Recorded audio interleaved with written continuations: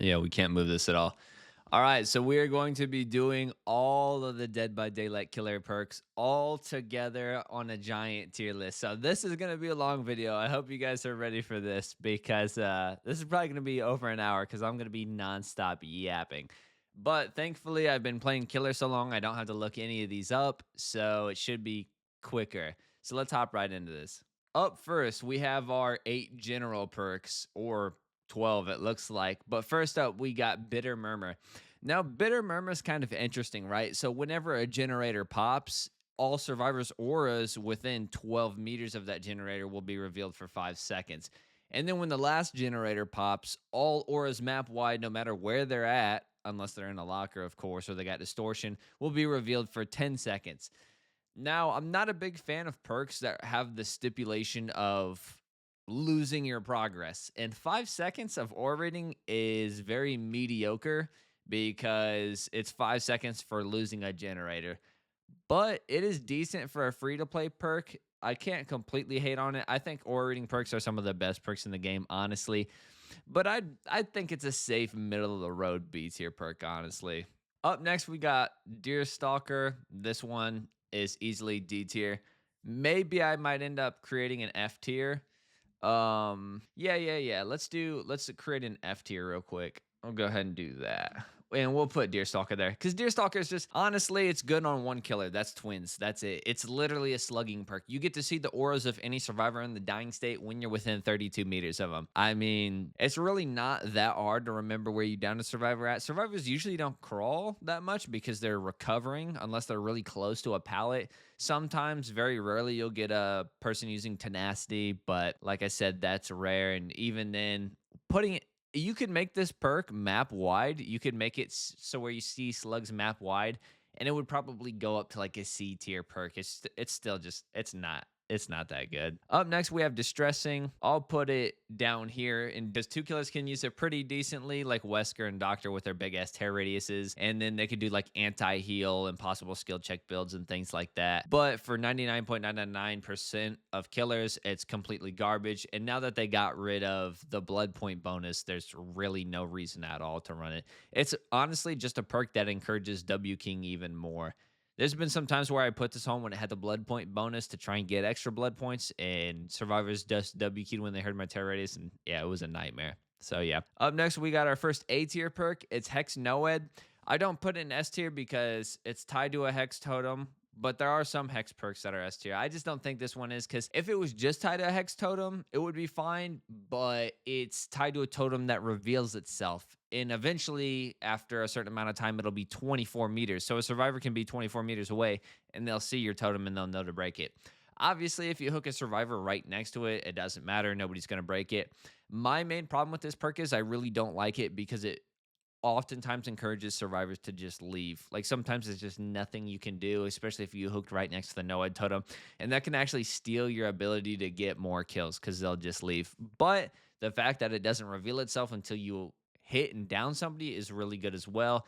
It's definitely a very crazy perk that can swing a game entirely back and win it single handedly. But it can also be completely erased before it even procs, which is pretty rare because it's Noed. But I just don't want to put it at S tier, even though it is really good and possibly worthy of being at S tier. I just don't want to put it there because I feel like people might rely on it too much. People might see this tier list and be like, oh shit, I'm going to start running Noed. I really don't think you should unless it's on specific killers because, again, it'll force survivors to leave sometimes.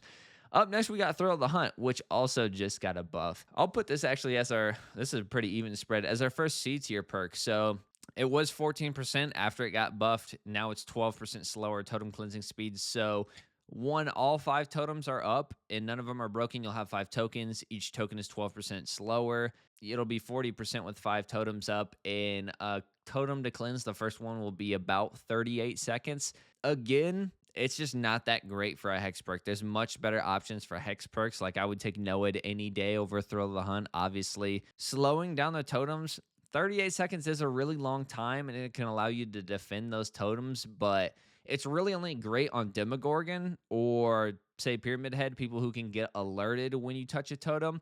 Other than that, it's actually not that great because chances are pretty good you're not going to be wrapping up a chase in 38 seconds. You know what I mean? So if you get into another chase and chase anybody else, a totem's going to pop. And then survivors could bring counterforce, and it's just completely worthless at that point. But yeah, it's decent in some niche scenarios.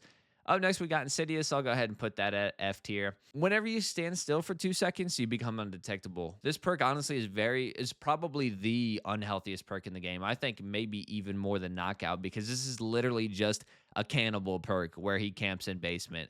I mean, yeah, it's awful, honestly. I don't know. Knockout might be worse. It may be worse for the game. Up next, we got Iron Grasp. I'll put Iron Grasp in D tier. I mean, what's there to say about it? You can carry a survivor 12% longer. You know what I mean? And the wiggling effect, your killer moving side to side is reduced by 80%.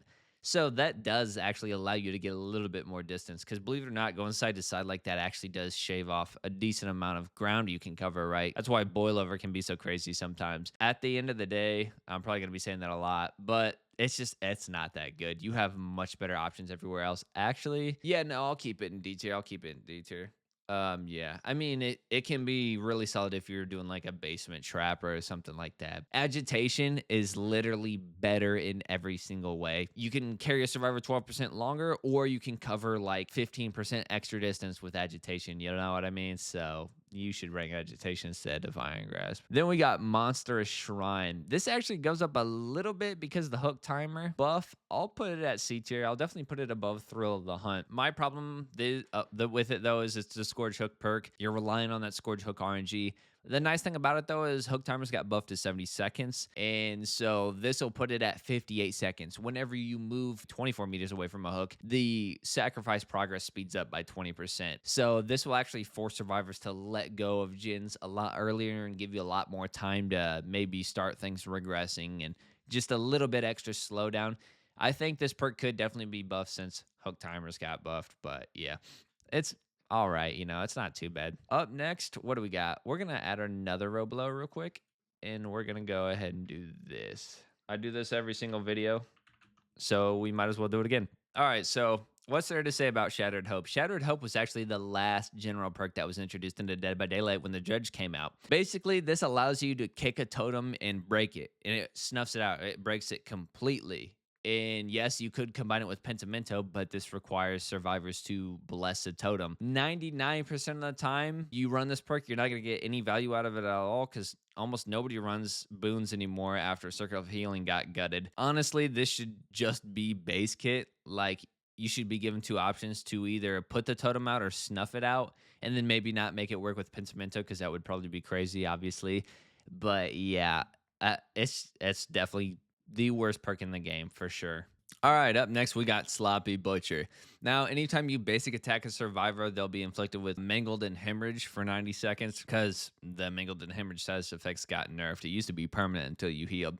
It makes your healing 25% slower for 90 seconds. Not really that big of a deal. It will buy you an extra 6 seconds per heal, or 4 seconds per heal, excuse me. And, it definitely encourages survivors to sit on gens more, but you might catch them out injured more often. At the end of the day, I think the whole Mangled and Hemorrhage, Sloppy Butcher, hit and run style of play is definitely way overrated in my opinion. I really never think it was that good to begin with unless you were bringing other anti-heal perks. So yeah, I mean, it's decent though. I would say it's definitely mediocre. Would I put it in F tier? We won't put it in F tier just yet. We might change it later. We'll put it at the bottom of D. It's just overrated. Especially, no. Now that it's got a 90-second timer, we'll go ahead and put it in F tier. Up next is Spies from the Shadows. This is another info perk. I'm a little bit mixed about this one.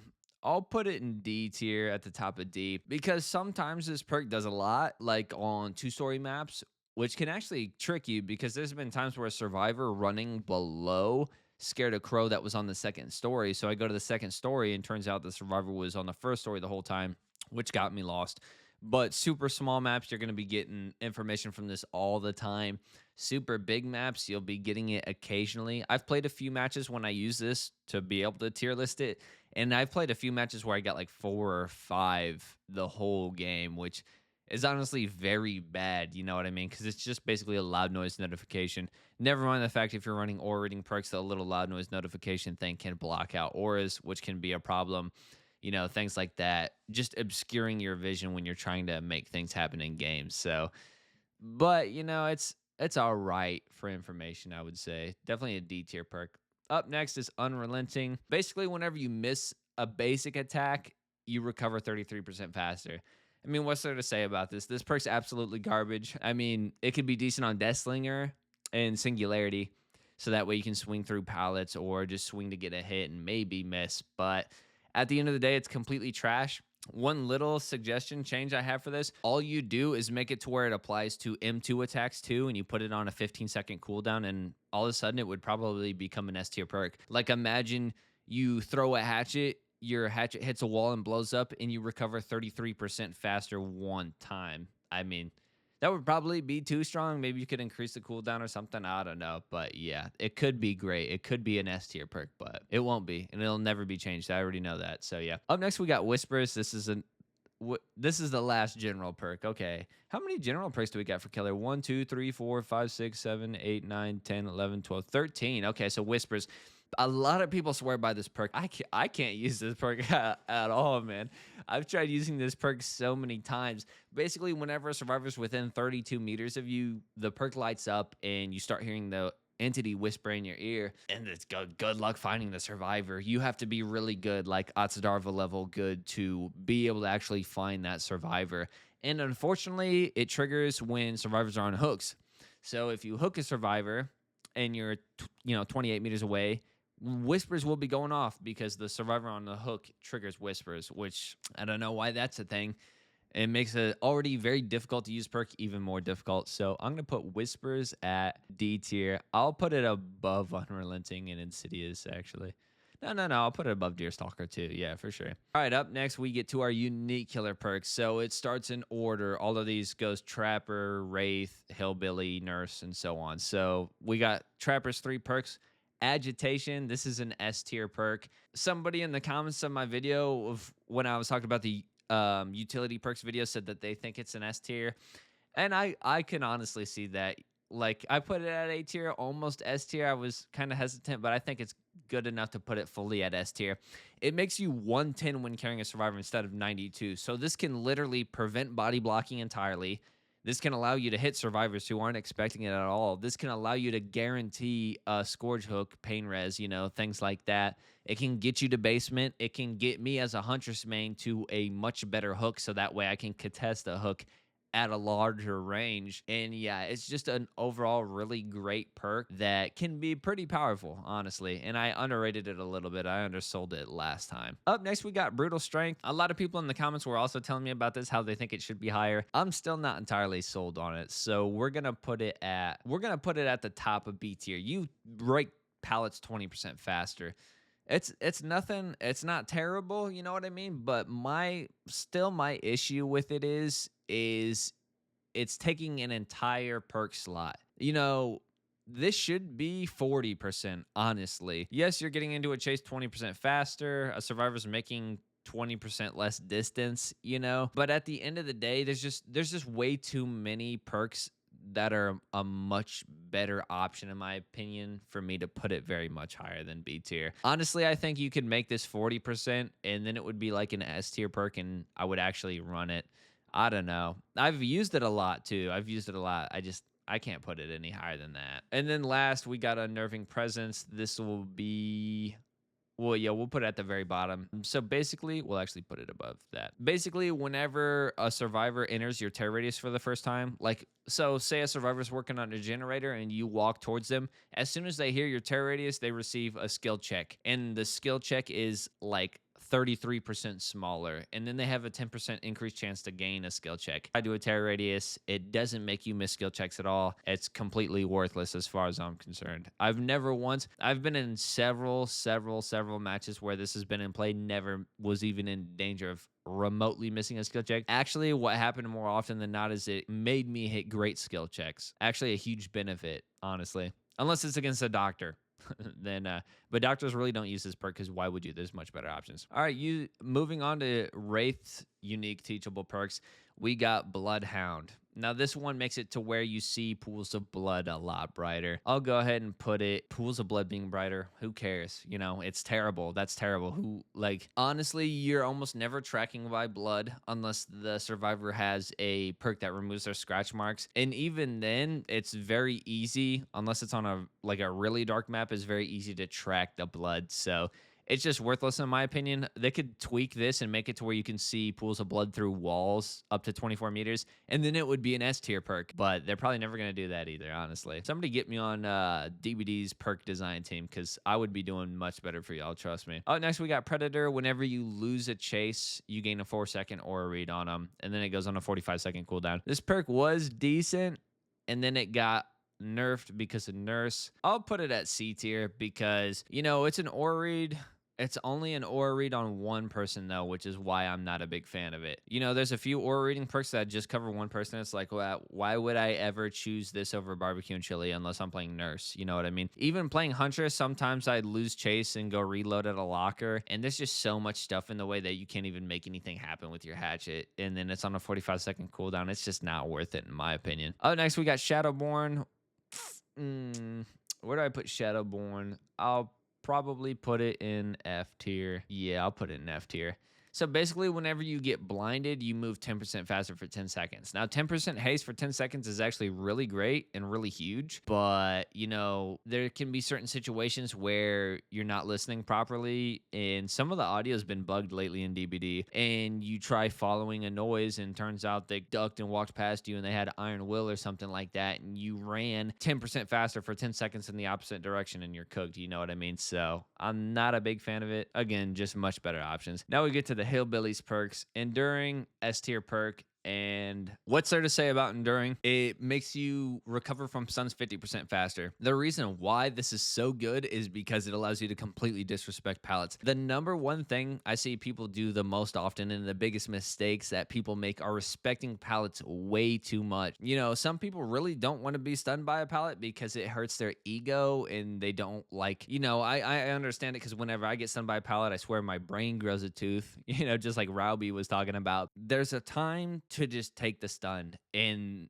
especially if it's at a really tough loop, you cannot afford to lose the mind game and let them get an additional 2 to 3 loops out of it. And me as a Huntress main, if I misread a play, they can get an extra 5 loops out of a pallet. So if the pallet is too good, you just go through it. You go through it no matter what. If you do get stunned, it's a 1.5-second recovery time. It's very, very quick. If you're playing a ranged killer, you can recover super quick and even hit survivors who just stunned you with a hatchet or a harpoon from Deathslinger. It allows you to completely disrespect pallets and force them to drop them every time. And you can just get really good pallets off the field very quickly. So yeah, S tier perk in my opinion. All right, up next we got Lightborn. So Lightborn, it's got a lot of utility. It's a really good perk. I'll put it in C tier though, because again, it's a perk that I think flashlights for the most part can be pretty much avoided with ease. You know, you can face a wall, you can do a 180 flick pickup, you know, flashbangs are a different story because there's some exploits survivors can do where they can drop it inside your hitbox and you can't look up. Looking up in the air it'll still blind you. So it is very nice in that regard. It's kind of a thing where if you just want to have a fun game and you want to completely discount Swift with flashlights, you could just slap on this perk and enjoy your time as a killer, really. You know, you still got to worry about pallet stuns and things like that. But I don't like it just because I feel like it is like, it's also taking away your skill. Like, the sooner you get rid of Lightborn, the better you'll become with knowing the right timing to pick up a survivor. Knowing when to 180 flick and when not to, knowing when to face a wall and when not to, knowing when to down a survivor and knowing when not to. I said this in the last video. I think I put this in the utility perk video. There's probably been one game in my thousands of games where this perk would have single-handedly saved me. I was playing against a very strong Swift with flashlights, and they kept going down out in the open, and I just tried to keep slugging them because it was clear I wasn't going to be able to get a hook because they were literally surrounding me on a very survivor-sided map, the McMillan Estate map. And if I had Lightborn, I would have won that match easily because they were really good, but if they couldn't get flashlight saves, I was better. You know what I mean? So yeah, Lightborn could have won me that match, but that's 1 in thousands, right? Up next, we got Tinkerer. I'll I'll put Tinkerer as no. I'll put it in C tier. Tinkerer would be probably A tier if it had its old pre-nerf stipulations to where it would trigger multiple times. Now it's one time per generator. When a generator reaches 70%, you'll become undetectable for 16 seconds. I mean, that's really solid. You can make huge things happen with like Michael Myers in tier 3 or Cannibal, with his instant down chainsaw and things like that. But one time per generator, you get the little notification, you get undetectable for 16 seconds. If it came with like a 10% haste, that would be an S tier perk. But as it is right now, it's kind of mediocre in my opinion. So yeah. All right, our fourth killer, the nurse. So up first is A Nurse's Calling. We'll put this one in B tier, and we'll actually put it above Bitter Murmur. And we'll put it, no. I'll put it right there. Oh man, do I put it above Brutal Strength? I think I do, yeah. So basically, you get an aura read on any healing survivor who's within 28 meters of you. 28 meters, I mean, maybe people don't know it, but 28 meters is a big radius. You have Nowhere to Hide, which is a 24-meter radius for 5 seconds after you kick a generator. This is just permanent whenever a survivor's healing. 28 meters is huge. Certain killers, like Huntress, have a 20-meter tear radius.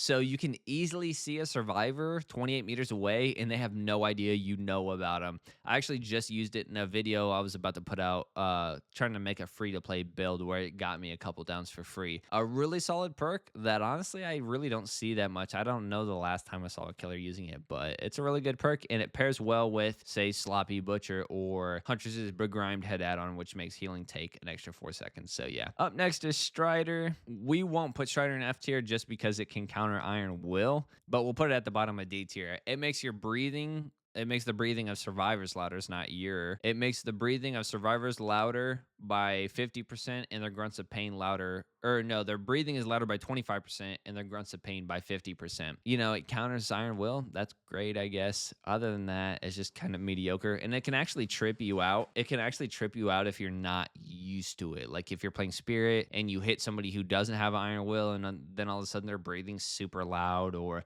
there's been times where I used the Core Stone add-on on Huntress, which makes their grunts of pain louder. And sometimes I'm like, whoa, I could have swore that person was in this room. Turns out they were on the second story. So yeah. Up next is Thanatophobia. We will put it. No, we don't. On Plague and Legion, Thanatophobia is like A tier, S tier. On everybody else, not so much. You're going to have about 2 people injured at any given moment. So that's 4% slower gens and healing.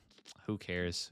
It's a worthless, irrelevant perk. So yeah, Thanatophobia is C tier. I almost want to go lower. Yeah, I think I'll put it in D tier. It's not that good. It's really not that good.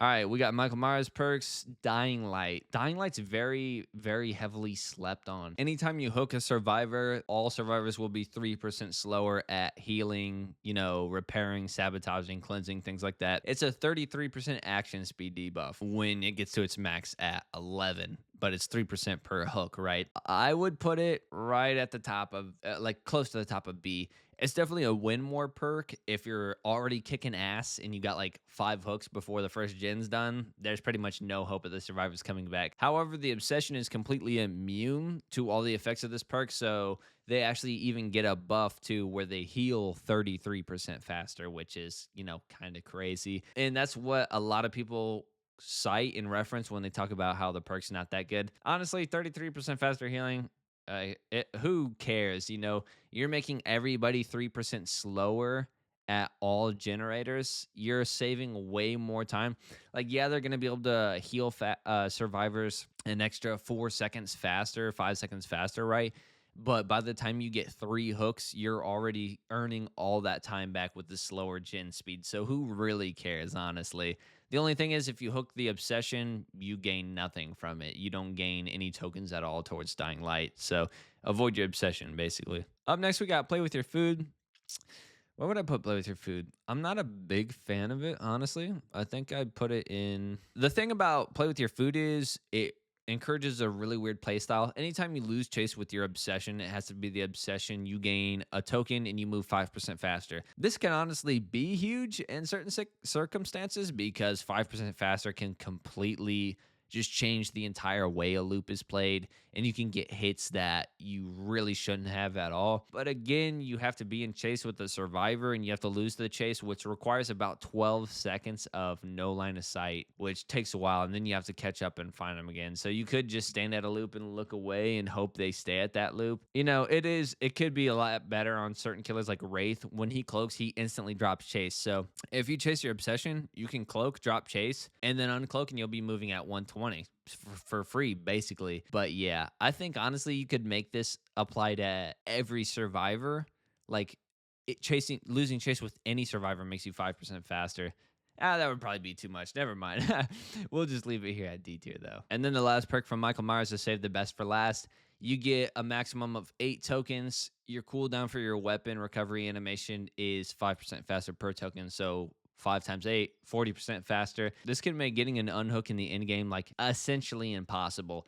If you hit the obsession, you'll lose 2 tokens. If they lose health by any means, so if they have plot twist and they plot twist, you'll lose 2 tokens, which sucks, but that's pretty rare that should happen. This perk definitely fell off a lot now that it's by any means, because you used to be able to like play Demogorgon and hit the obsession with your shred and then keep your M1 or your say the best for last tokens that way. But now you can't do that at all anymore. So now you really got to avoid your obsession by any means necessary. So yeah, definitely a still very solid perk though. And for some reason, its pick rate completely plummeted, but I think it's still one of the best. Actually, I'll put it. No. I'll put it right there.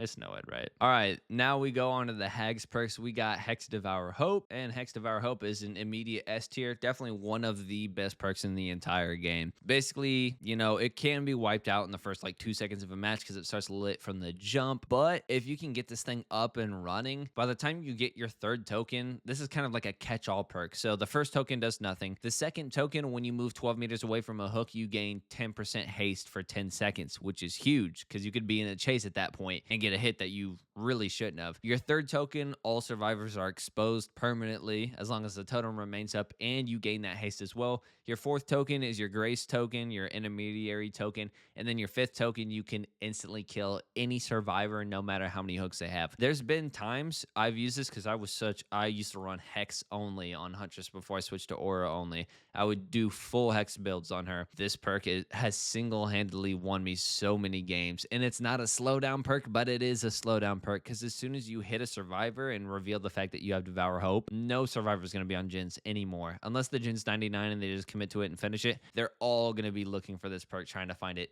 desperately. And especially if you're running on dying with this perk, it is a brutal combo for sure. Up next, we got Hex Ruin.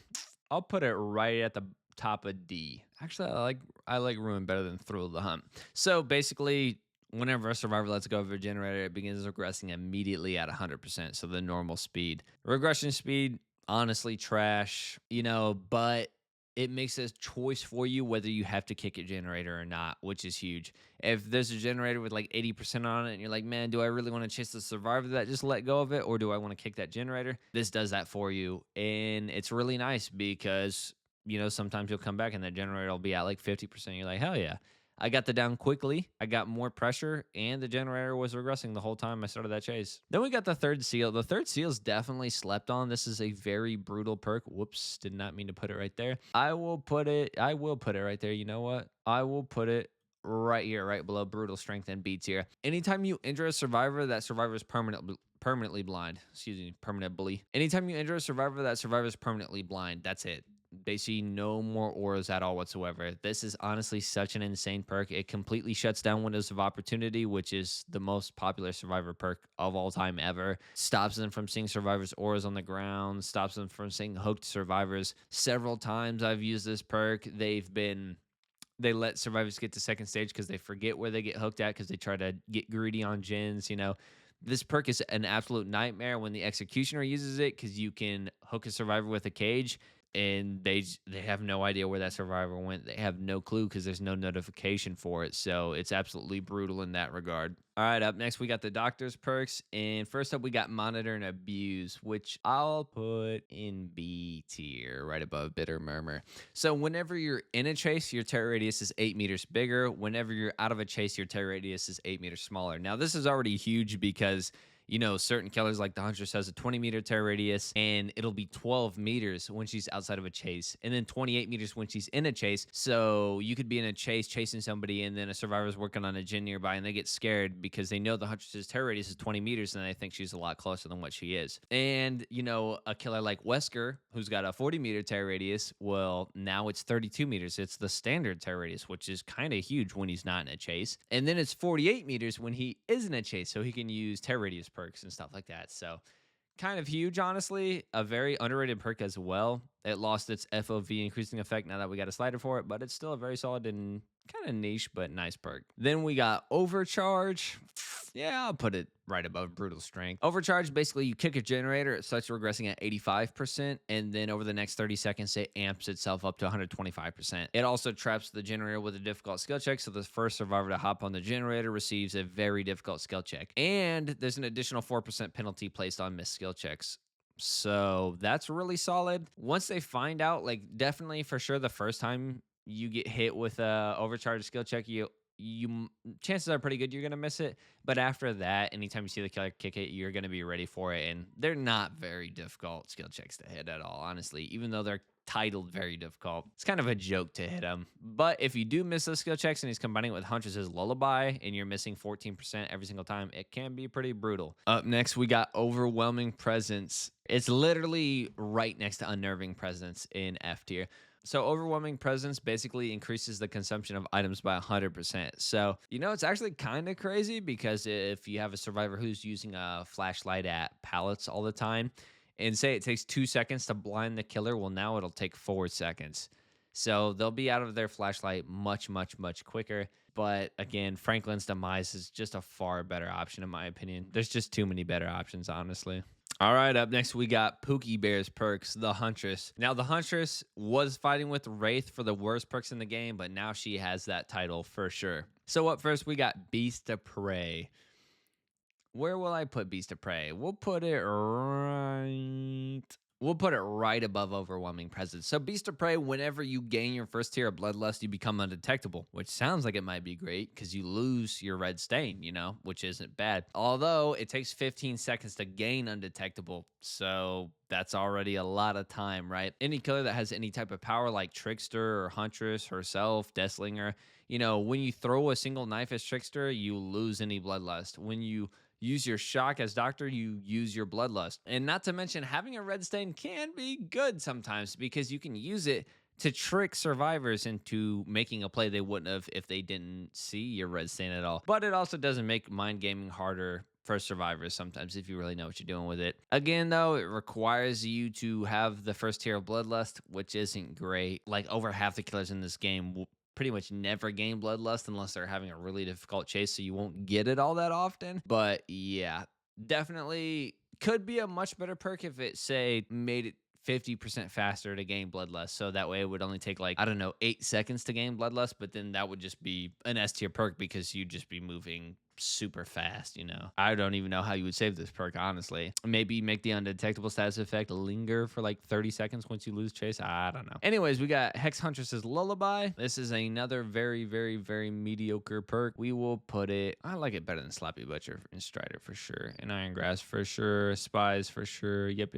We'll put it right at the top of D tier. So basically, anytime you miss a skill check on a generator, you lose 16% progress instead of 10%. So it's an additional 6% penalty. On top of that, it has a 5-token system. So the first token, basically, I don't know the exact percentages. I believe it's 15%, but there's a noise that plays before a skill check appears on the screen. And each token reduces that timing by 15%. So let's say you hear the noise and you have 2 seconds before the skill check appears. Well, now at 1 token, you'll have 1.8 seconds till the skill check appears. And then by the 4th token, you'll have 0.4 seconds before the skill check appears. And then by the 5th token, there's no audio warning at all. You just get the skill check. You got to be really locked in and really paying attention. It doesn't make hitting skill checks hard at all. It's really a joke perk. I've used this perk countless times for videos. And there's one video I made where I got them to miss like 40 skill checks in one match. And there were probably 20 or 30 matches where they didn't miss a single skill check. So, it's a really good perk on Doctor,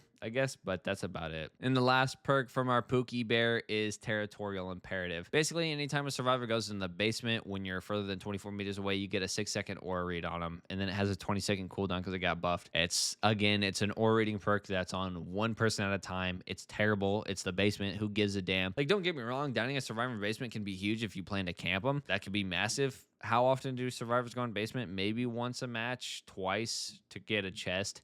It's very rare that they go in there, and there's perks that can show you people are in basement, like Darkness Revealed anyways. So, yeah. We will put Territorial Imperative in F tier, and we'll put it right there because it can get you a down in basement, which could be crazy. You know what I mean? I'm not denying that regard. Up next, we got the Cannibals perks. Barbecue and Chili, immediate S tier perk. Aura reading is king in this game, in my honest opinion, because it really cuts out all the downtime possible.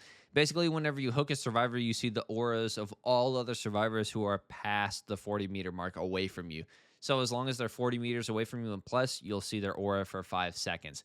Obviously, if they have distortion or they're in a locker, you're not going to see their aura, but you're always doing something. You have no downtime. You never need to go check gens. Like, if you don't have barbecue and chili, you could check this gen and this gen and this gen, and then finally find a survivor on the 4th gen you check. This removes all doubt, and you go straight to it. And then its lack of information that it gives you is actually more information, because if you hook a survivor and you look out and you only see one survivor, then those other 2 survivors are either within 40 meters of you, so you can check those close gens real quick, or they're in a locker, or they have distortion, right? It tells you a lot, right? So it's really nice in that regard. But it can also cost you a little bit too, because you could see that one aura and you could go straight to that aura and not use any critical thinking skills. And you could have a survivor working on a generator 12 meters away, getting ready to pop it, that you would have missed because you were so blind. Like, you had the blinders on and you were just seeing red, seeing that aura. So, it could cost you a gen. So, but it's still a great perk no matter what. No matter what kind of little downside I can try and work a way into it, it's a great perk. All right. And then we got Franklin's Demise, which we'll put in D tier. We'll put it right below Thanatophobia. So basically, you basic attack a survivor, they drop their item, and their item begins losing charges immediately. 90 seconds to lose all of their charges. You get to see the aura of the item at all times, and you get to know when they pick it up, basically, because you can just see the aura's not there anymore. It's a really solid perk. It's a really good, it's basically kind of like Lightborn in a way, because you could just knock the item out of their hand, but except for it gets rid of really good med kits.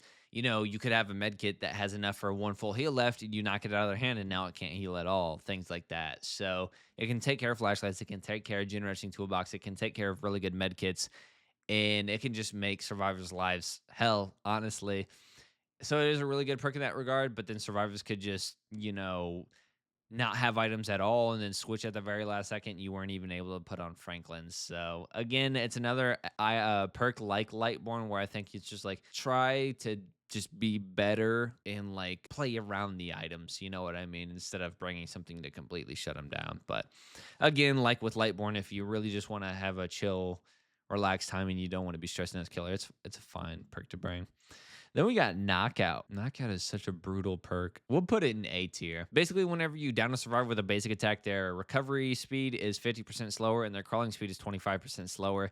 They're deafened, which is this ringing sound like you got hit with a flashbang, and their aura is completely invisible to every survivor permanently. Absolutely brutal perk. Will actually, yeah. No. Yeah, I'll put it right above, say the best for last, actually. Absolutely brutal perk, devastating in solo queue, even devastating in Swift, because me and my Swift went against a couple killers using this and slugging. And even though we were on comms, we still kind of struggled to get each other up and get the ball rolling again and find each other. So, yeah, an absolutely devastating perk for sure. Yeah, I'll definitely leave it in A tier. All right, so now we got the Nightmares perks. So we got Blood Warden.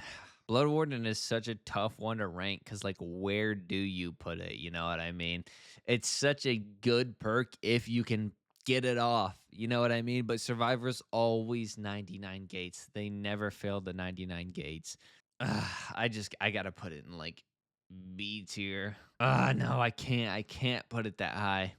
Sorry, I don't mean to. I wanted to make this quicker, but we'll put it at the top of C. It's so good when you get it off, when you get value. Basically, whenever the gates are fully opened and you hook a survivor, the gates will be blocked for 60 seconds and you permanently see their aura as long as they're within that exit gate threshold, which is absolutely huge.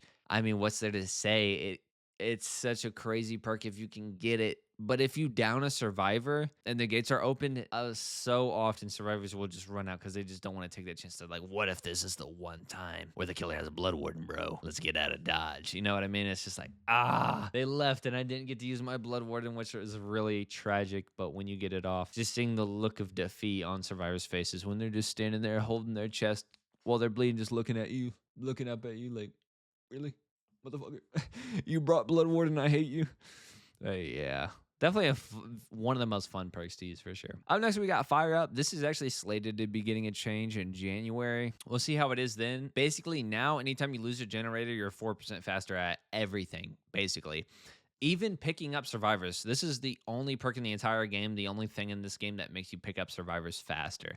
So by the time you lose 5 gens, you vault 20% faster, you kick pus 20% faster, you pick up survivors 20% faster. Good luck getting a flashlight save on somebody with 5 seconds of Fire Up. Makes that borderline impossible, but it requires you to lose generators. If you added a 1% haste per generator lost, this would be an S tier perk for sure. As it is right now, though, I'll put it at D tier. We'll put it right above Thanatophobia. I definitely like it better than Thanatophobia. And then the last perk from the Nightmare is Remember Me. You basically can have 4 tokens, and each token increases the time it takes to open a gate by 6 seconds. So that plus the default 16 seconds of opening a gate's 40 seconds to open a gate, which is absolutely brutal. However, the obsession is completely immune to that, so you have to brutally tunnel the obsession out of the game. Otherwise, they'll just completely delete this perk and it'll be worthless. That being said, I think I'll put it at the top of C. Yeah, no. I'll put it at the bottom of B because it is guaranteed value. If you can just hit the survivor 4 times, it's guaranteed value. You know, Blood Warden, it's not guaranteed value. There's a lot of chances where you don't get to use Blood Warden at all. So yeah, Remember Me, B tier. All right, so now we're moving on to the pigs perks. Up first, we have Make Your Choice. Now, Make Your Choice is bad for a couple of reasons. The main thing it does, though, is whenever you hook a survivor and you move 32 meters away, the survivor that unhooks that survivor will scream and be exposed for 60 seconds. Now, the screaming part is nice because it allows you to know what survivor to go after, unless there's multiple of the same survivor, right? So there's already a downside to that perk. Another downside is if they unhook before you move 32 meters away, then the perk does nothing. If the survivor that unhooks is injured, the perk does nothing. And then on top of that, it's got a 60-second cooldown on top of the 60-second exposed timer. So they unhook, they're exposed for 60 seconds. And then at the end of that 60 seconds, it goes on a 60-second cooldown. So there's potentially a lot of scenarios where you're hooking and survivors are getting unhooked while it's on a 60-second cooldown. So very mediocre perk. Great on Hag, great on potentially Demogorgon, Wraith, and Dredge, but 90% of the roster are going to struggle to do anything with that. Even though it's 60 seconds, they got to run all the way across the map to find these survivors who are exposed. So yeah, we'll put it in. It's a pretty mediocre perk. It can be all right. We'll put it in C tier right below Ruin. Up next is Scourge Hook Hangman's Trick. This perk is absolutely awful, F tier, unsavable. I did a video where I made every single hook on the map a Scourge Hook, and I think I got 90 seconds of aura reading somewhere around there. Barbecue and Chili by itself does about 125 seconds of aura reading. So this perk is absolutely atrocious. It only works when you're carrying a survivor. Basically, whenever you're carrying a survivor, you see the auras of all survivors within 12 meters of a Scourge Hook. Only 4 Scourge Hooks on the map. You bring Monster Shrine, then there's 8 because there's an additional 4 in basement. Jagged Compass, anytime a survivor gets unhooked, it becomes a Scourge Hook. So you have to do a lot of perk synergies to try and get anything of value out of this. And even so, it's still garbage in my opinion. I didn't really get much value out of it. So I'll put it in F tier. I'll put it above Whispers. I just don't like Whispers, honestly. And then we got her best perk by far. This is Surveillance. So Surveillance does 2 things. It makes the repairing sound of generators, the wires and the clicking, louder. And then it lets you know. So basically, whenever a generator starts regressing, it turns white. And then whenever it's stopped from regressing, it'll turn yellow for 16 seconds. So this is kind of huge. You could run it with Ruin, And then, or you could run it with oppression, things like that. And you can see when survivors are missing skill checks and when they're letting off gins and things like that. So it is a lot of information. The sound of generators being repaired being louder, it's all right. It's nothing crazy. It's not bad, but it's just a tiny little benefit. The bread and butter of this perk is all the information you gain, usually when using it with ruin or oppression. Other than that, it's kind of like, it's a decent info perk. I would put it in D tier, even though I just talked a lot of good about it. It's like an A tier to S tier perk when you're using ruin. Other than that, though, or ruin and oppression. Other than that, though, you kick a generator, like it's decent value. I would rather have discordance for sure. We will put it in. I like surveillance better than make your choice for sure. Yeah, we'll put it right there. C tier. All right, up next is the clowns perks. So we got bamboozle. Oh man, I think I put bamboozle. Well, yeah, we'll put bamboozle in S tier, but towards the bottom. Basically, you vault a window 15% faster, and that window's blocked for 16 seconds.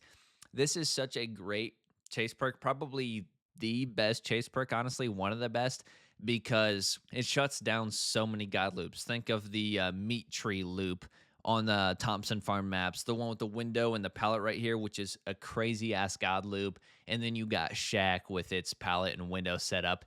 If you vault the window on those tiles immediately, they have to give up the pallet or go to a different tile. And it can also make a very brutal loop like the double L loop with the double windows. Completely shutting down one side makes it a lot easier. It can get you so many, not necessarily hits, like it can get you a lot of hits, but it forces out god pallets so quick. Like normally a survivor could get 2 to 3 loops out of Shack before having to drop the pallet. Now they get 0 loops. So this is a great perk for that reason. Definitely one of the best. Then we got Colorophobia. Basically, whenever a survivor's healing in your terror radius, the skill check cursor, the little cursor that goes around to hit the skill check, moves 50% faster, which is blazingly fast. It always shocks me the first time it goes, "Nyong," and I miss the skill check. And then also healing is 50% slower. So instead of a 16-second heal, it'll take 32 seconds, right? So it's really good on killers with huge tear radiuses like Doctor and Wesker. On everybody else, it is very, very bad. We'll put it right below Territorial Imperative in F tier because survivors aren't really going to heal inside your tear radius that often. Most killers have a 32-meter tear radius. It's pretty rare. As soon as they see you have this perk, they're just gonna move away. You know what I mean? Like take 2 steps to the right, and all of a sudden they're not affected by it anymore. Unless you're playing Dr. Wesker, but yeah, it's not good. It's not good at all. Then we got a perk that makes me sad, Pop Gus the Weasel. This perk got absolutely gutted. Anytime you hook a survivor for the next 45 seconds, the next generator you kick loses 20% of its total progress. So it's not a flat 20%, it's 20% of the progress on it. So that means if a generator has 10% and you kick it, it'll lose 2%. Because 2% is 20% of 10, plus the additional 5% from the base kick. So it would lose 7% instead of 5%. This perk got absolutely gutted. It's still one of the best regression perks for sure. I'll put it in A tier. I'll put it below Save the Best for last. Up next, we got the Spirits perks. This is Haunted Ground, Hex Haunted Ground. It's not great. 60 seconds of exposure. It can pop mid-chase and cause you to insta-down a survivor immediately, which is always funny when it happens. You could combine it with Undying to get 2 Haunted Grounds, 2 straight minutes of insta downs. Usually, you're not going to make much happen with it. If you're not in a chase when it pops, everybody's going to hide for 60 seconds. If you are in a chase, you might get a down. You're never going to get more than 2 unless the team's playing very, very badly. So yeah, it's just super mediocre. There's just so much better options out there for hex perks. I'm going to put it. Oh man, this one's a tough one. I'll put it above Distressing in D tier. And we'll put it above Spies from the Shadows, honestly. Then we got Rancor. Basically, anytime a generator pops, you get an aura flare up on all the survivors. So you get a general idea of where all the survivors at. The main thing to this perk is once the exit gates are powered, the obsession becomes exposed permanently for the rest of the game. There's nothing they can do about it. And when you down them, you can instantly mori them. And there's nothing they can do about it. It doesn't matter if they've been hooked once, twice, 0 times, nothing. Instantly moriable. Just a really It's just not a good perk, basically. As soon as the Obsession sees that Rancor is active, they're just going to leave the game immediately, denying you a 4K if you really want a 4K, if you really care about that. So it's not great. There are times, though, where, the last gen could pop while you're chasing the Obsession, and then all of a sudden you get a free Mori, which is nice, but I'll put it at the top of D tier because the information it provides. Up next, we got Spirit Fury. Basically, anytime you kick a pallet, you gain, I want to say, a token. It's not really a token. You have your little perk counter and it's like lit up. It'll be purple. And then once you kick a pallet, half of it'll be red. You kick another pallet, the other half will fill up, and then the perk will light up. Next time you get stunned by a pallet, you have to get stunned. It'll instantly break the pallet on your head. So, I mean, that could be cool. As soon as they see this perk for the first time, if they're in a Swift, they're going to let all their teammates know they're going to pre drop everything. You might be able to get 2 uses out of it if they're solos, 2 to 3 uses. It's just not great, honestly, in my opinion. There's much better options like Blood Favor, which we'll get to later if you want to try to deny pallets completely. It is really good when it works, though, especially if you combine it with Enduring. My thing is, survivors will pre-drop so much. I'll put it right above Hangman's or Make Your Choice in C tier. Up next, we got the Legion's perk Discordance, whereas this is easily S tier. Anytime 2 or more survivors are working on a generator, the generator will turn yellow. It's got 128-meter range, so it's map wide. You can't be too far away from it. I will put it above Devour Hope, right below Barbecue and Chili. This perk is so good because it lets you know where half the team is at any given moment. Like, if not at any given moment, but whenever 2 survivors are working on a gen, it'll let you know that half the team is there. So you could be chasing one survivor at a kind of a bad loop for you, and then you just get a Discord proc, which I've done sometimes. Immediately just drop chase. Sunk cost fallacy. Nah, I'm chasing half the team at once right here. So I'll sneak up on this gen and then start chasing 2 survivors at once. So I got half the team doing nothing. Absolutely phenomenal perk, honestly. It really is. Up next, we got Iron Maiden. What do I say about this perk? You open lockers 50% faster, and any survivor who gets out of it is exposed for 30 seconds and screams, right? This is pretty much a Huntress and Trickster perk that allows you to reload 50% faster, literally twice the speed of reloading, which is nice. It's a like QOL perk, right? And then you could use it on Artist and Bubba. So that way, if they try to hop into lockers to evade your chainsaw or your crow, they come out and you can insta down them. Other than that, it's a mediocre perk, and you're really not going to be getting any value out of the insta downs at all unless it's like a head on squad, honestly. It's just not that great of a perk. I'll put it in D tier. I'll put it below Strider, yeah. And then we got Mad Grit. This is the last perk from the Legion. Basically, anytime you're carrying a survivor and you hit a survivor, the wiggle timer is paused for the survivor you're carrying for 4 seconds. So you can carry survivors a maximum of 16 seconds. A survivor comes up to you, you hit them, now you're carrying them for 20 seconds. You hit another one, now it's 24 seconds, and so on. It doesn't add to the timer, it doesn't make the timer longer, it just pauses the timer for 4 seconds. So technically, it's still a 16-second timer, it just pauses for 4 seconds. You can spam your M1 swing animation, which is pretty funny. That's pretty much the main draw of this perk, in my opinion, honestly, because it's not really great. It's like there's much better options for denying body blocking, honestly. I'll put it above y'all put it above distressing in D tier. Honestly, why? Wait. Let's move distressing down here. Why did I have distressing so high? Wait, do I really have distressing over sloppy butcher?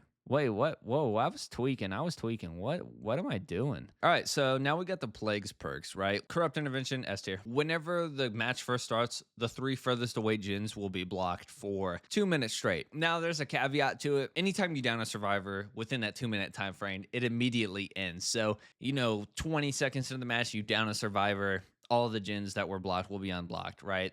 In the past, when I first started playing, this perk blocked for 2 minutes straight no matter what, which was borderline insanity. It was you had to run the perk, it was that good, right? But now with a caveat of it, even though it does deactivate, instantly when you down a survivor. It's still a really good perk. It'll often set up a 3 gen for you for the future. It really throws survivors off because they're at their strongest at the beginning of the match when they're super far away, split up on 3 generators or 4 generators, right? This completely negates that, pushes them out towards the middle of the map. Even yesterday, I was playing against Corrupt Intervention. I ran to a gen, corrupted, ran to a gen, corrupted, ran to a gen, corrupted. I'm like, I spent like probably 60 seconds not doing shit because Corrupt Intervention. So this is an S tier perk for sure. And I definitely put it above Discordance. Up next, we got Dark Devotion. Anytime you hit the Obsession, your Terror Radius transfer to them for 30 seconds, right? And then Terror Radius perks like Colorophobia follows that survivor. So that could be cool, you know.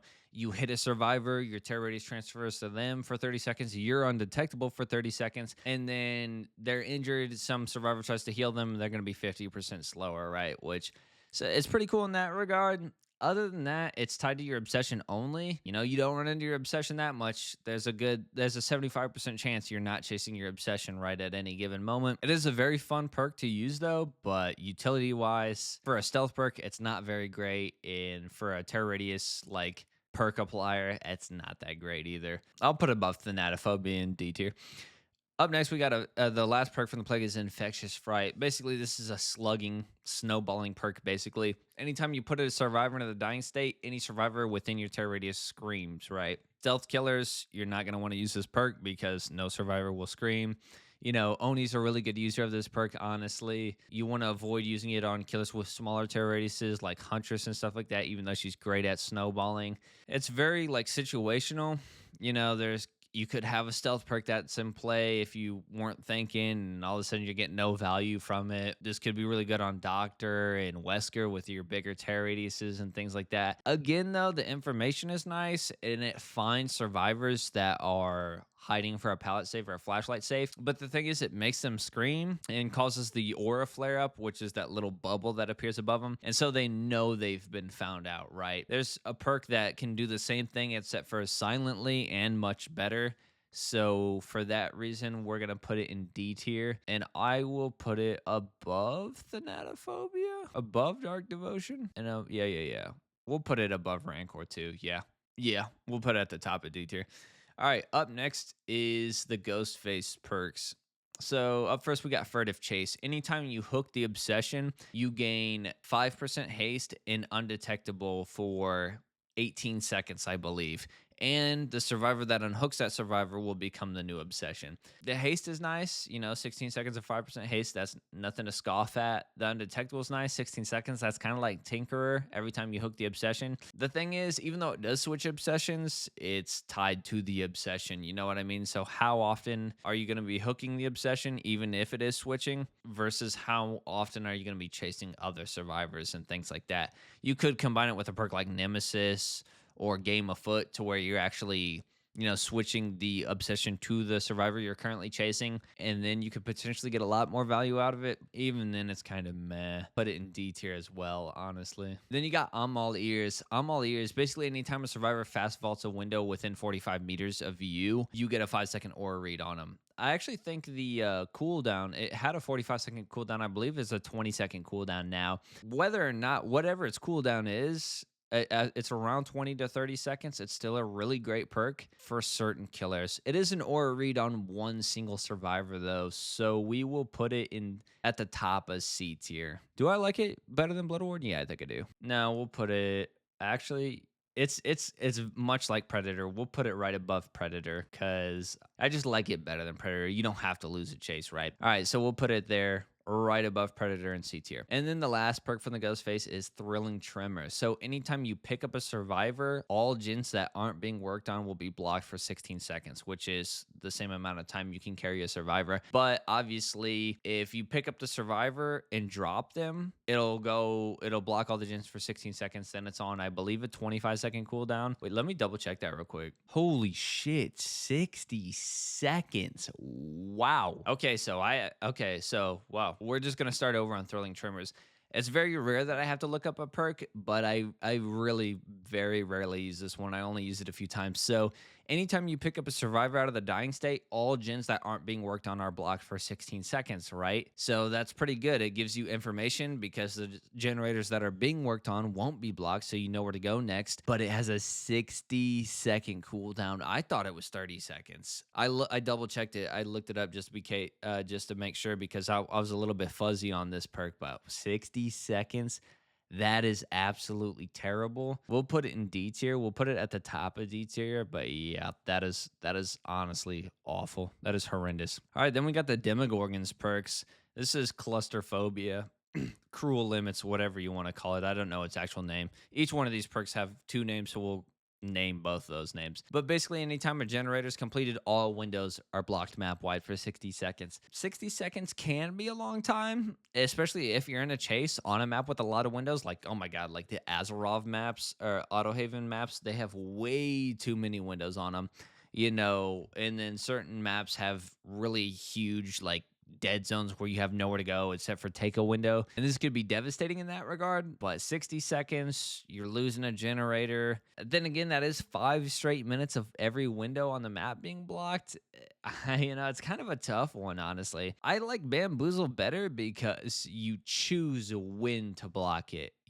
With Cruel Limits, Clusterphobia, you're at the mercy of when the survivors pop the generator. The survivors could pop the generators back to back, and then all of a sudden you're not getting that much value out of it. We'll put it in C tier, right below right below Thrill On. All right, then we got Fearmonger or Mindbreaker. Basically, whenever you touch a generator, whenever you're working on a generator, you become exhausted for 5 seconds and you're blind for 5 seconds. Obviously, you let go of the generator, your blindness goes away in 5 seconds. Exhaustion's potentially a different story. If you sprint away from the generator because the killer's nearby, well, your timer's paused. You don't recover exhaustion while you're sprinting. If you use the sprint burst to get to the generator, you have that 40-second cooldown, your 40-second exhaustion that's on a permanent pause while you're working on the generator. So you spend 80 seconds on a generator, you let off the generator, and now the 40 seconds starts counting down, which is absolutely devastating. This is basically the number one perk, in my opinion, for completely shutting down all exhaustion perks, honestly. It's absolutely devastating. It's the best at what it does, honestly.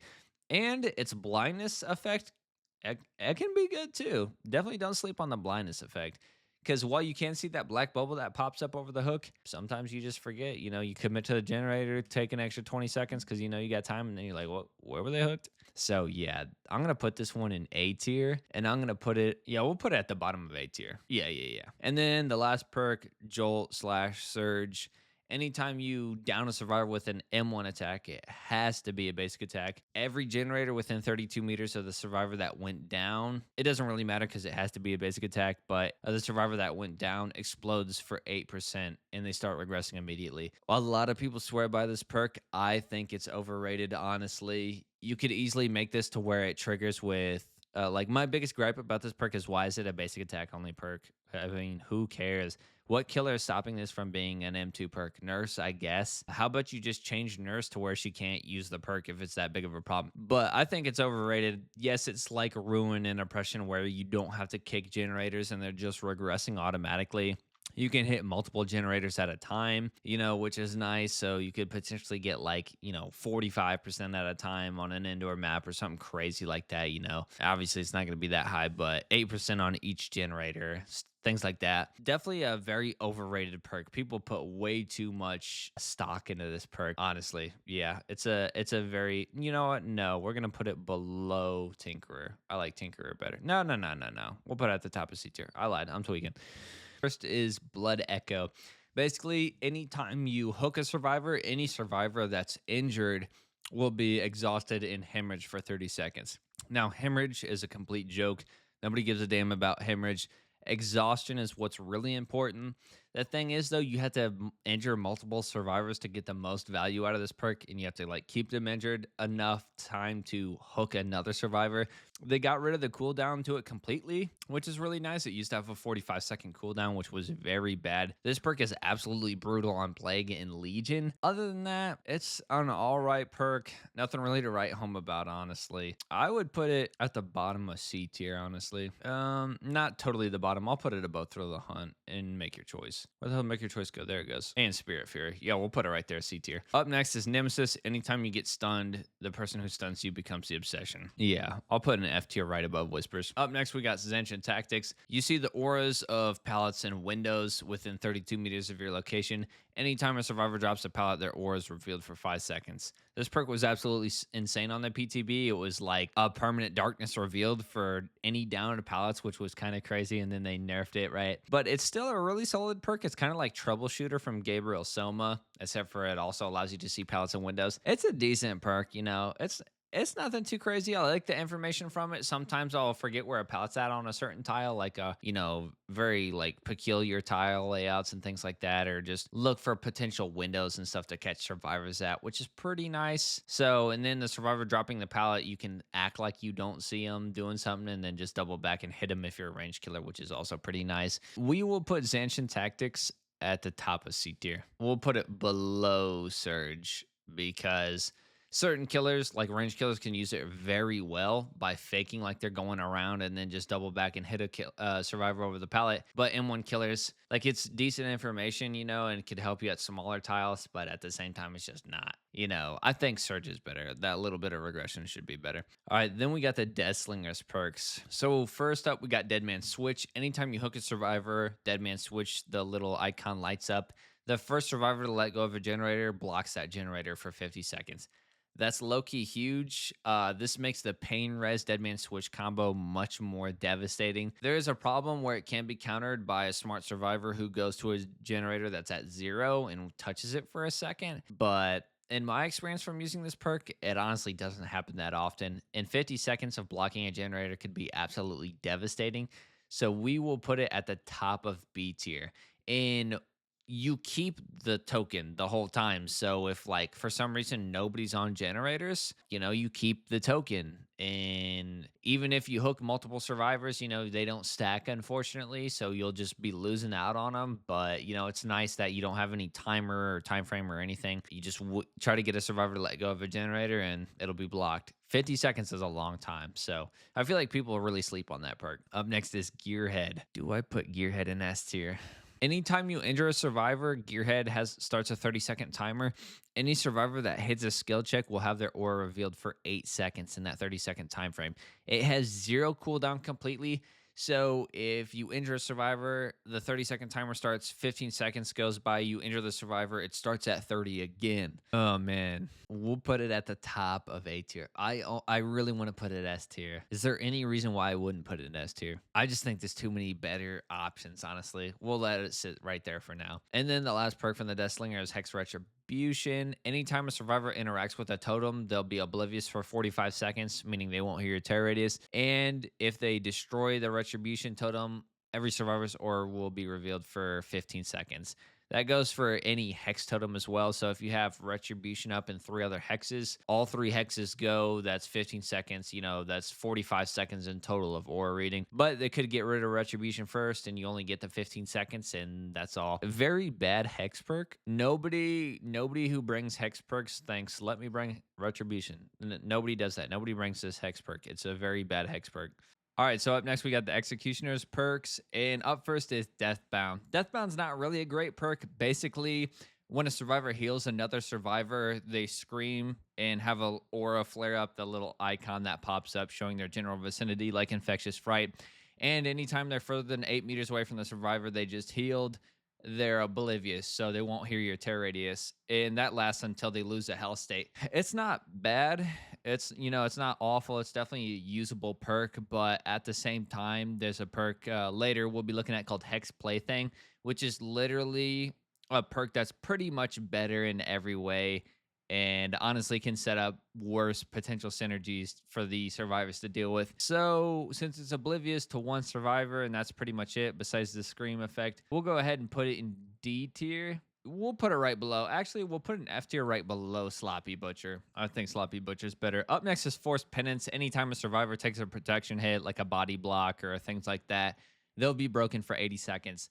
The problem with this perk is it's 80 seconds and then it's got a hella long cooldown. And, 80 seconds the survivor can't heal. They're just going to be working on a generator. I use this perk like 3 or 4 times and just realized that survivors will just stick to gens whenever they're broken. So I stopped using it very quickly. It is really good for denying, like discouraging body blocks. But at the same time, Starstruck is much better at that. Mad Grid's much better, and so on. Yeah. But for what it does, making a survivor be broken for 80 seconds, which can be nice and allow you to get, a potential nice hit. And you can also force the broken effect. Like if they unhook a survivor and you hit them while they're unhooking, that counts as a protection hit for whatever reason. So you can force it in that regard. It doesn't require basic attack either. I've gotten Forced Penance to trigger cross map as Huntress. So it can be nice in that regard. We'll put it in D tier. I'll put it above Rancor, but below Infectious Fright. And then the last perk, this is easily his best perk. It's Trail of Torment. Anytime you kick a generator, the generator starts regressing. It highlights in yellow, so all the survivors will see it. You'll be undetectable for as long as that generator is regressing. So if a generator's at 99% and you kick it, it takes about 6 minutes for it to reach zero. So if for whatever reason survivors let it go and don't stop it from regressing, well then you'll be undetectable for about 6 minutes, which can honestly be insane. I've had matches for sure where survivors definitely went out of their way and completely shut this perk down, and I didn't get much value out of it at all. But either way, it's still a really great perk. Even though it announces itself, it's still great. We will put it in A tier for where will we put it? Yeah, I'll put it right above Knockout for sure. Yeah, great stealth perk. Then we got the Blights perks. Then we got the Blights perks. Up first is Dragon's Grip. This one is just terrible. Basically, you kick a generator, it traps that generator. The next survivor that touches that will be exposed for 60 seconds. It had an 80-second cooldown. It's 40 now. I mean, it's just not great. It really incentivizes you to camp a generator. You could do some cheeky build like an Insidious build with it to get more value out of it. But while you're doing that, other gens are going to be flying across the map. That insta-down just isn't worth it, honestly. It could be decent on Hag, I guess, or Dredge, but that's about it. It's honestly a very bad perk, even with the exposed status effect. I'll put it in D tier. I'll put it right below. Yeah, we'll put it below Haunted Grounds, actually. And then we got Hex Blood Favor. This perk is absolutely insane. I feel like a lot of people sleep on it. Anytime you injure a survivor, whether that be basic attack or an M2 attack, all pallets within a 32-meter radius will be blocked for 16 seconds. 16 seconds might not seem that much, and 32 meters might not seem that much, but it's absolutely huge. Honestly, it can cover multiple stories. So if you're on a 2-story map, it can block pallets above and below, and it's from where the survivor got hit. So there's been times where I ran that says Huntress and I cross map a survivor, and by the time I get to that survivor, they're still hanging out around that area because they have no idea where the hatchet came from and the pallet's still blocked. Although 16 seconds by that time, the pallet's generally unblocked, but it's nice that it triggers where the survivor was and not where you were. Although it would be cool the other way around too, now that I think about it. But yeah, so it's tied to the survivor. That being said, this is one of the very few hex perks that are actually worthy of being a hex perk. I'll put it in A tier, and I'll put it right above Noed. This is a great perk. It can be wiped out instantly, and you get nothing out of it, though, which is unfortunate, but I still think it's worthy of being A tier. Then we got an easy S tier perk. This is Undying from the Blight. Basically, it gives one of your hex perks a second life. We will put it right below Discordance and above Devour Hope. Excuse me. So it gives any hex perk a second life, and then on top of that, it keeps like tokens. So if you have Devour Hope at 4 tokens and they bust Devour Hope, then 4 tokens of Devour Hope will transfer to a totem that's in potentially a much better spot. That's a lot harder for survivors to find, which is really nice. It also has the secondary effect of any dull totem has a permanent aura reveal around it that's 3 meters. You're not really going to get too much value out of that. I ran Undying all the time because I used to run full hexes on Huntress, and maybe a 2 to 3 second aura read 2 times a game, 3 times a game max. it's probably won me a chase once out of like 300 matches. So I pretty much in my utility perk tier list video, which is where I think I ranked this one, I forgot that part of the perk entirely because it's so insignificant, honestly. But yeah, then we got the perks from the twins. Up next is Coup de Grace. Coup de Grace is definitely S tier. Basically, anytime a generator pops, you get 2 tokens. And when you lunge, you expend a token and your lunge is increased by 80%. We'll put it, man, do I put it above Disco or below Disco? Yeah, we'll put it above Disco just because it's guaranteed to get the value. You know, you could have a really good team and Disco doesn't do anything because they're all split up permanently. But Coup de Grace always gets value. It does kind of incentivize a weird playstyle where save your lunges. This is really a great perk on killers who have M2s. Like Coup de Grace is honestly very slept on Huntress. I personally don't use it because I run full aura reading. But if you're a Huntress who doesn't run full aura reading, I highly recommend Coup de Grace and Enduring because Coup de Grace, she's a 110 killer. She can be very easily abused at high wall loops or like looping around a stack of tires with no pallets because she's so damn slow. Coup de Grace will completely deny survivors' ability to abuse you in that regard. And they'll be afraid you have that, so they'll probably end up pre-dropping pallets and things like that. So yeah, definitely a great perk. Up next is Hoarder. Hoarder is awful in my opinion. Basically, anytime a chest has been opened, you get a loud noise notification. Anytime a survivor picks up an item, you get a loud noise notification. I mean, and they're oblivious when they pick up an item. It's not great. It's pretty awful. It spawns an additional 2 chests. So that's even worse. You're benefiting the survivors. It's not great. I'll put it in F tier for sure, and I'll actually put it below. I'll put it below Whispers. Yeah, I'll put it below Whispers. And then we got the twins' best perk, Oppression. This perk just got buffed. It used to have an 80-second cooldown. Now it has a 30-second cooldown. Or is it 40? I think it's 40, actually. They just have the cooldown on it. But still, 30, 40. 30 would be better, but 40 is good. Anytime you kick a generator, 3 other generators start regressing. If survivors are working on those generators, they'll receive a difficult skill check. And that can catch them off guard. They can miss a skill check and then they lose 10% off their gen. If no survivors are on those gens, they just start regressing. You could combine this with surveillance to make surveillance proc way more often. Like this is such an underrated perk. People don't use it. I don't know why. This is such a great perk.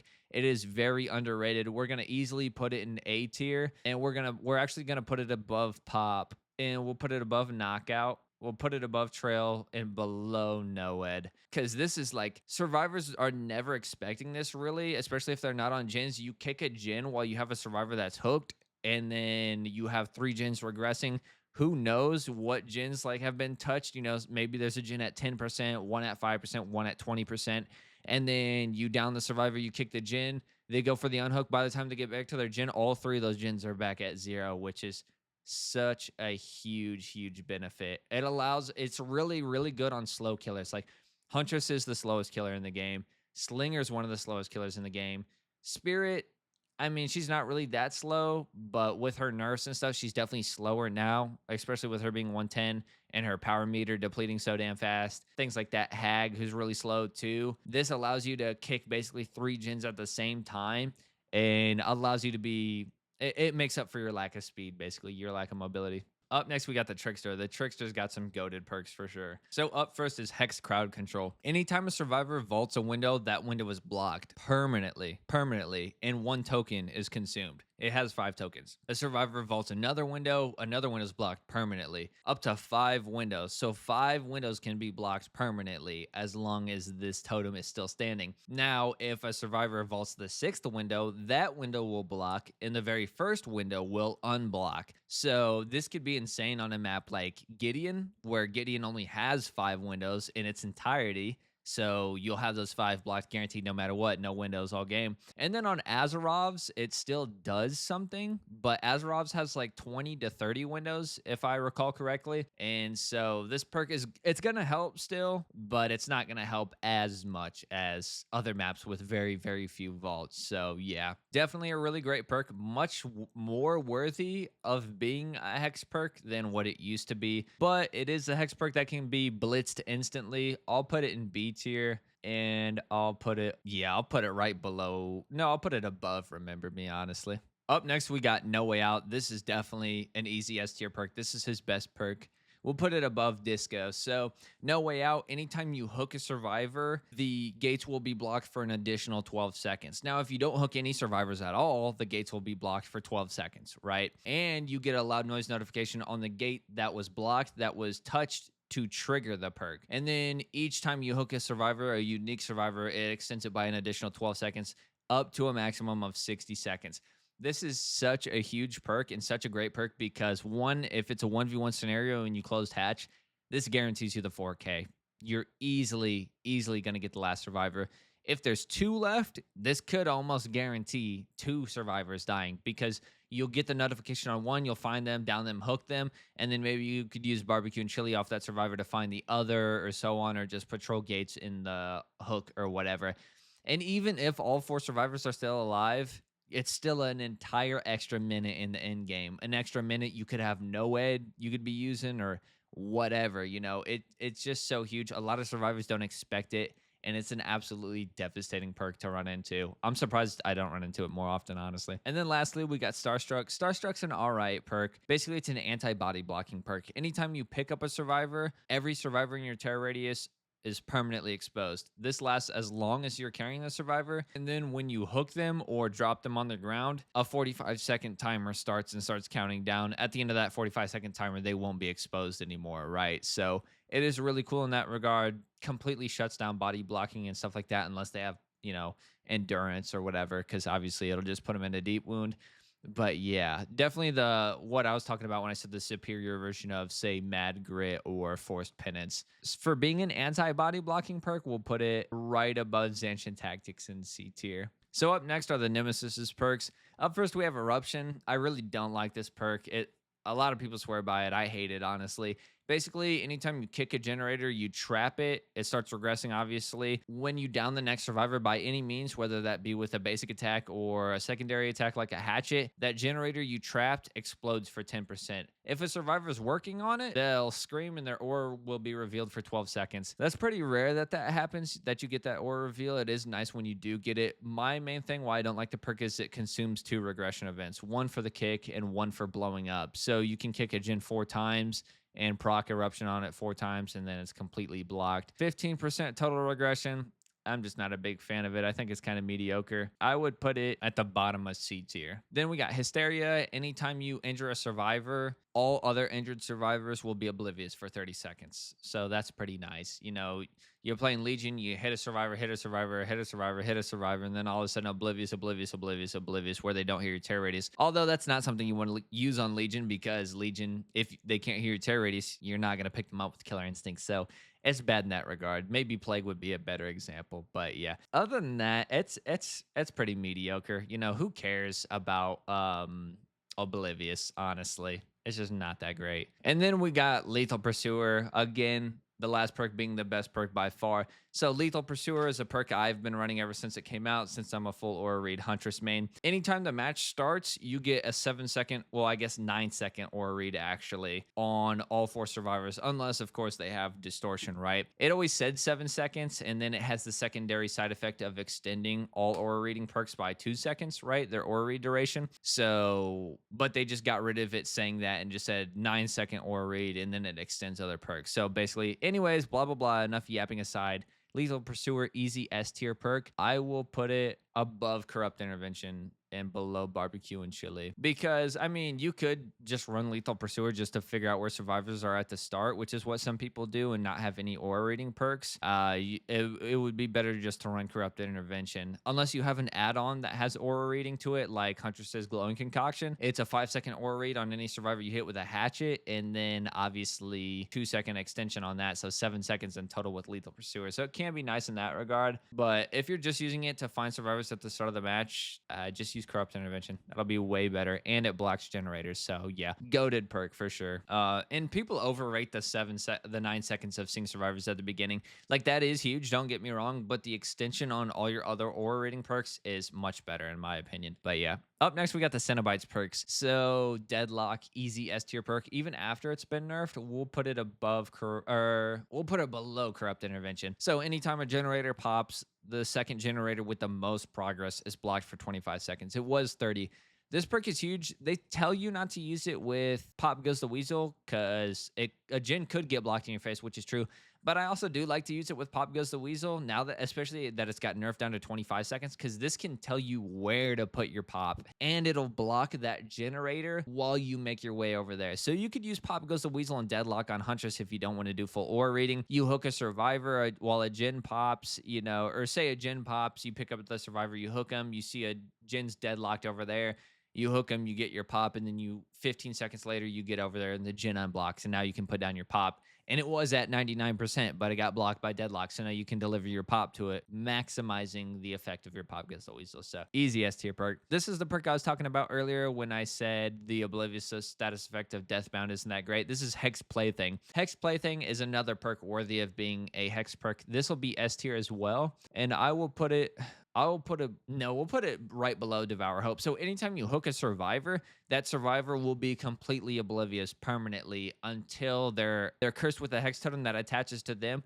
Until their hex totem is cleansed, they'll be permanently oblivious. So they'll never hear terror radius, right? And this can be brutal because, you know, you can catch them multiple times and they have no idea you're anywhere near them, especially if you're playing as a quieter killer. And it can also synergize with, say, Pentimento and things like that, or Undying if you really even wanted to. And the totem that's connected to them as they're cursed is blocked for 90 seconds. So only the survivor that's been cursed by the totem can cleanse their own totem. After 90 seconds, though, everybody can cleanse it. The small downside to the perk, though, is you can run out of totems, right? Or, it reveals the aura of itself to the survivor that it's connected to up to 12 meters. So, I mean, that's a very small downside, but pretty insignificant, honestly. It is a great perk. Very underrated perk, too. And the last perk from the Cenobite is Gift of Pain. Gift of Pain's all right. You know, nothing too crazy. Basically, you hook a survivor on a Scourge hook. They get unhooked. They're slower at everything by 16% permanently until you injure them again. And then you can just throw them right back on a Scourge hook and they're back to 16% slower again. It's some nice, like, little passive slowdown, passive.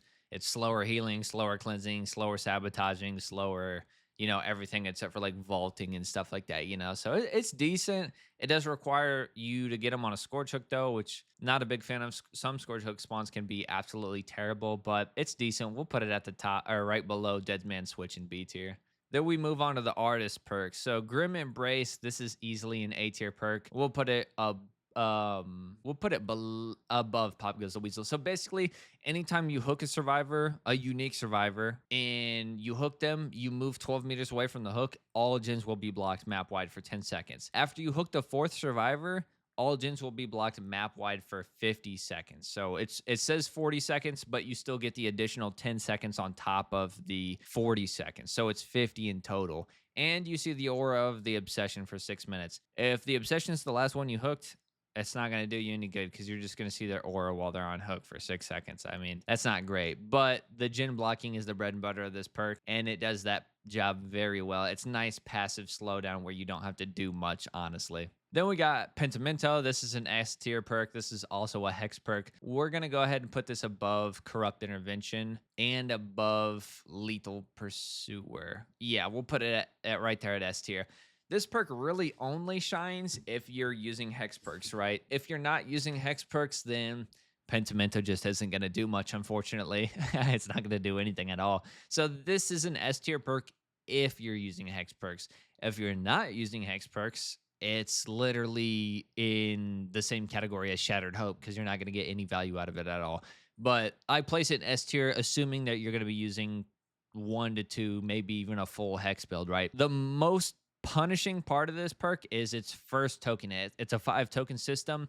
Anytime a Hex totem or a Dual totem is cleansed, you can relight it with Pentimento. You go up to it, you press spacebar, it relights it. The first token, gens will be 30% slower. Now, if you've been with me through all the other perks so far, there's not a single perk that does that. I mean, you just see Scourge Hook Gift of Pain is 16% slower for one survivor. This is all gens for all survivors are 30% slower.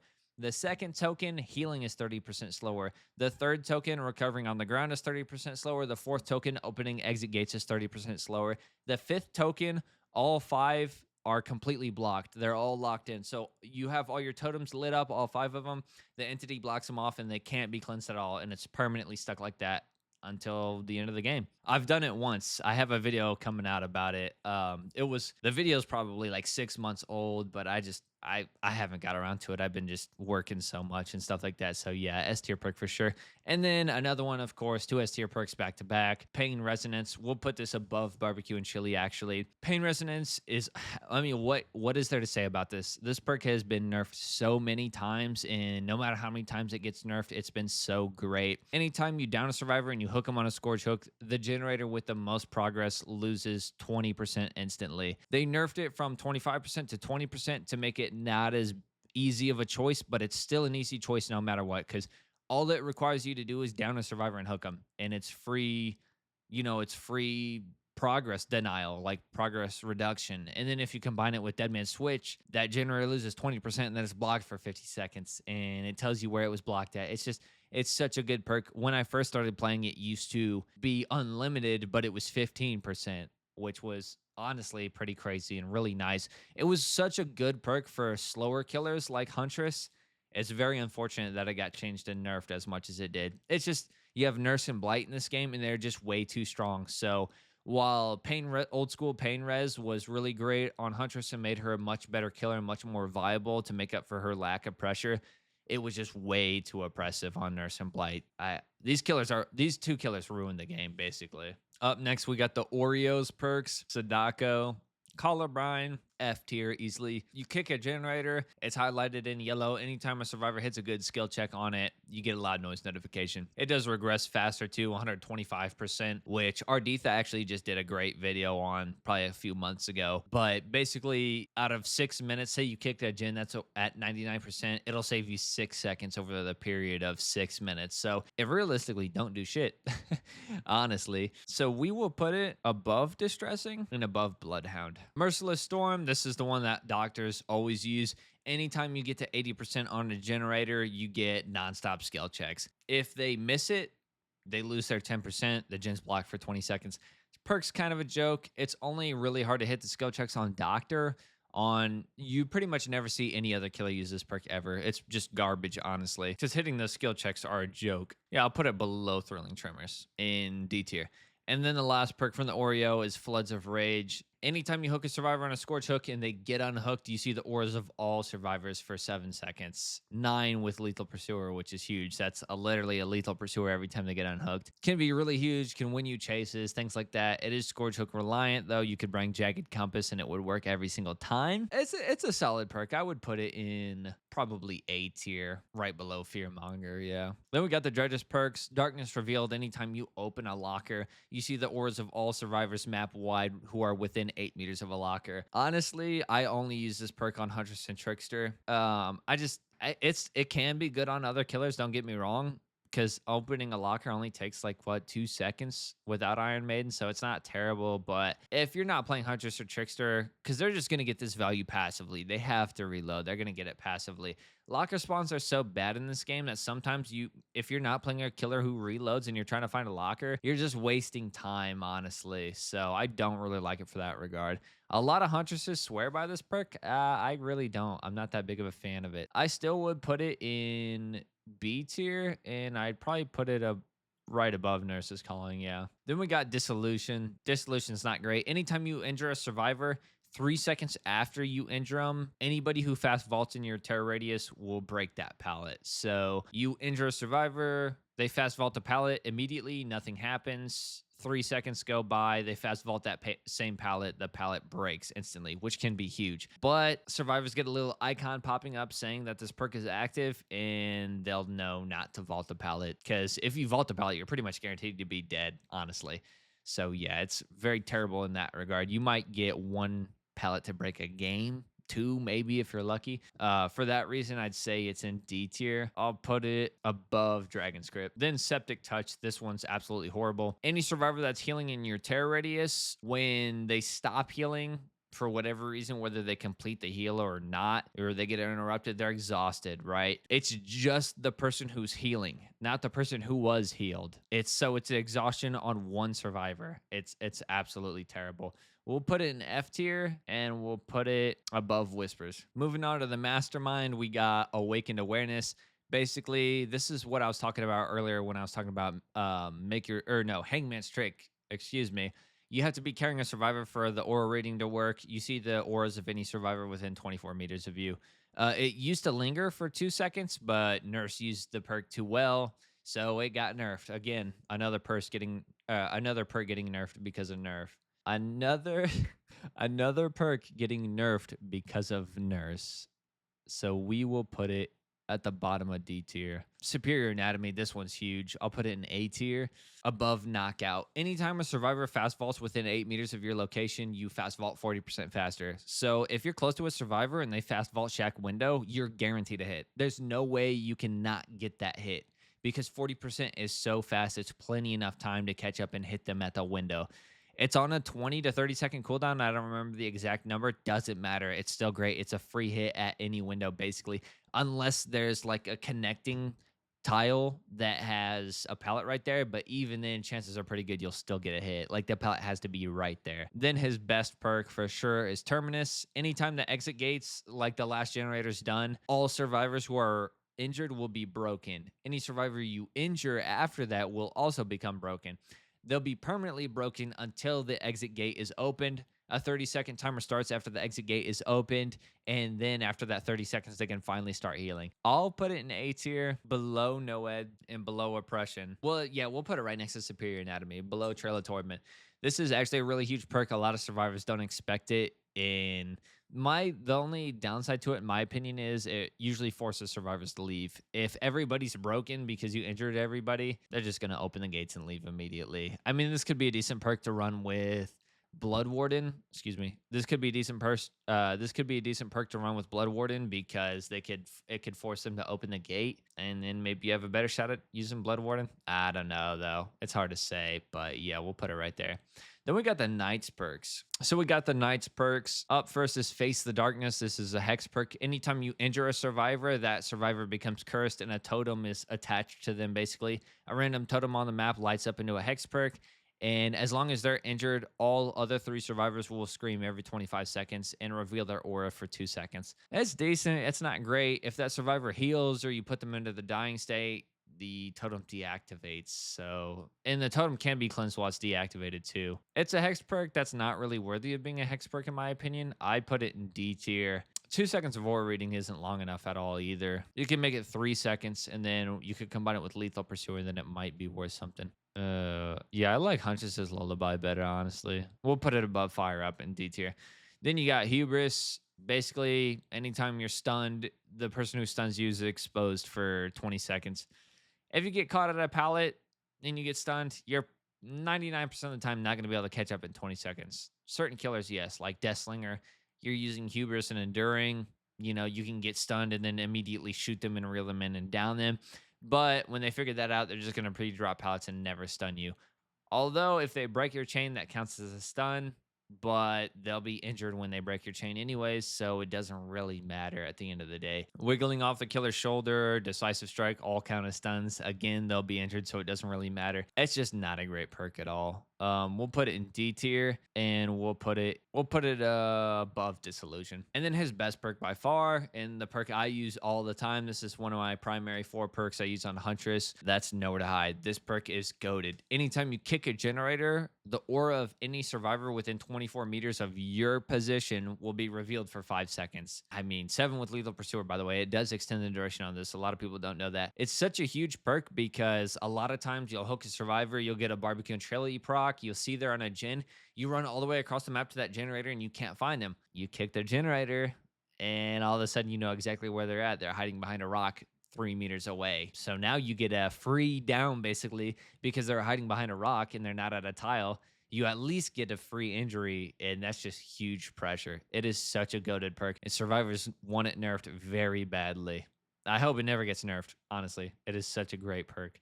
It's my favorite perk to use. It's an S tier perk easily, in my opinion, and I will put it above Pentimento. No, we'll put it right below Pentimento. Skull Merchant's perks are just, yeah. Game of Foot, the survivor you've chased the most, after you basic attack them, they'll become the new obsession. Whenever you're chasing the obsession, if you kick a pallet or a generator or a wall, you'll gain 5% haste for 10 seconds. The haste is garbage. It's trash. Let's be honest. You kick the pallet, you kick the generator, now you get 5% haste for 10 seconds. That's That's you lost so much time kicking the pallet or gin. It's not worth it at all whatsoever. It's just terrible. It's basically only good for switching obsessions, in my opinion. I'll actually put this one as an F tier perk, and I'll put it below Sloppy Butcher. And we'll put it below Deathbound too, actually. Then you got Leverage. This is a great perk. Leverage, we'll put in A tier. We'll put it above No Edge. So basically, anytime a survivor unhooks another, they'll be 50% slower for 30 seconds. So if they do decide to commit to the heal, it'll take 32 seconds to heal instead of 16 seconds. So that's huge. If they have a med kit, instead of 8 seconds, it'll be like, honestly, I think like 24 seconds. It's kind of weird how that stuff works out depending on their add ons and perks and stuff like that. Will Make It can counter this perk completely and just give you a normal heal, but it's still such a great perk. The only problem I have with it and why I don't put it in S tier is because really smart survivors will just realize this perk is in play and then they'll work on a generator for 30 seconds. They'll double a generator for 30 seconds. And then after the 30 seconds, they'll heal up. And it's like, shit, I think I would have rather them just do a 16-second heal. You know what I mean?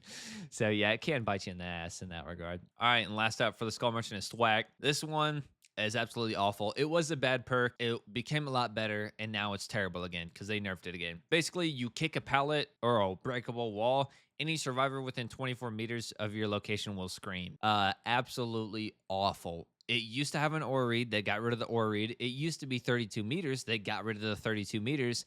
And in exchange, they gave you 3 tokens to start, and you can hold 3 tokens. Every time you hook a survivor, you get a token. So you kick 3 pallets, you have 0 tokens. You hook 3 more survivors, you gain 3 more tokens. Garbage, absolutely garbage. They removed the aura reveal, which was the best part of this perk, and now it's absolute trash. So we'll put it in F tier, and we'll put it above Beast of Prey, below Game of Foot. All right, now we got Singularities perks. All right, so next we got Singularities perks, and up first we have Forced Hesitation. This one's huge. People do not use this perk. I do not know why. Anytime you put a survivor into the dying state, any survivor within 16 meters of that survivor will be hindered by 20% for 10 seconds. This is absolutely devastating. This makes basement saves completely impossible. This makes hook trading pretty much completely impossible because if you put them into the dying state after they unhook the other survivor, then you can easily 2-tap the other survivor. It's just an absolutely devastating perk. Basement saves literally impossible. Great perk, very slept on. 16-meter radius down by any means, whether it be a basic or a secondary attack. Very heavily slept on, but I will put it above Darkness Revealed in B tier. Because 16 meters is kind of small, honestly. Then you got Genetic Limits. So this one's basically better than Septic Touch in every single way. Anytime you injure a survivor, they're exhausted for 10 seconds. And it's got a cooldown, obviously.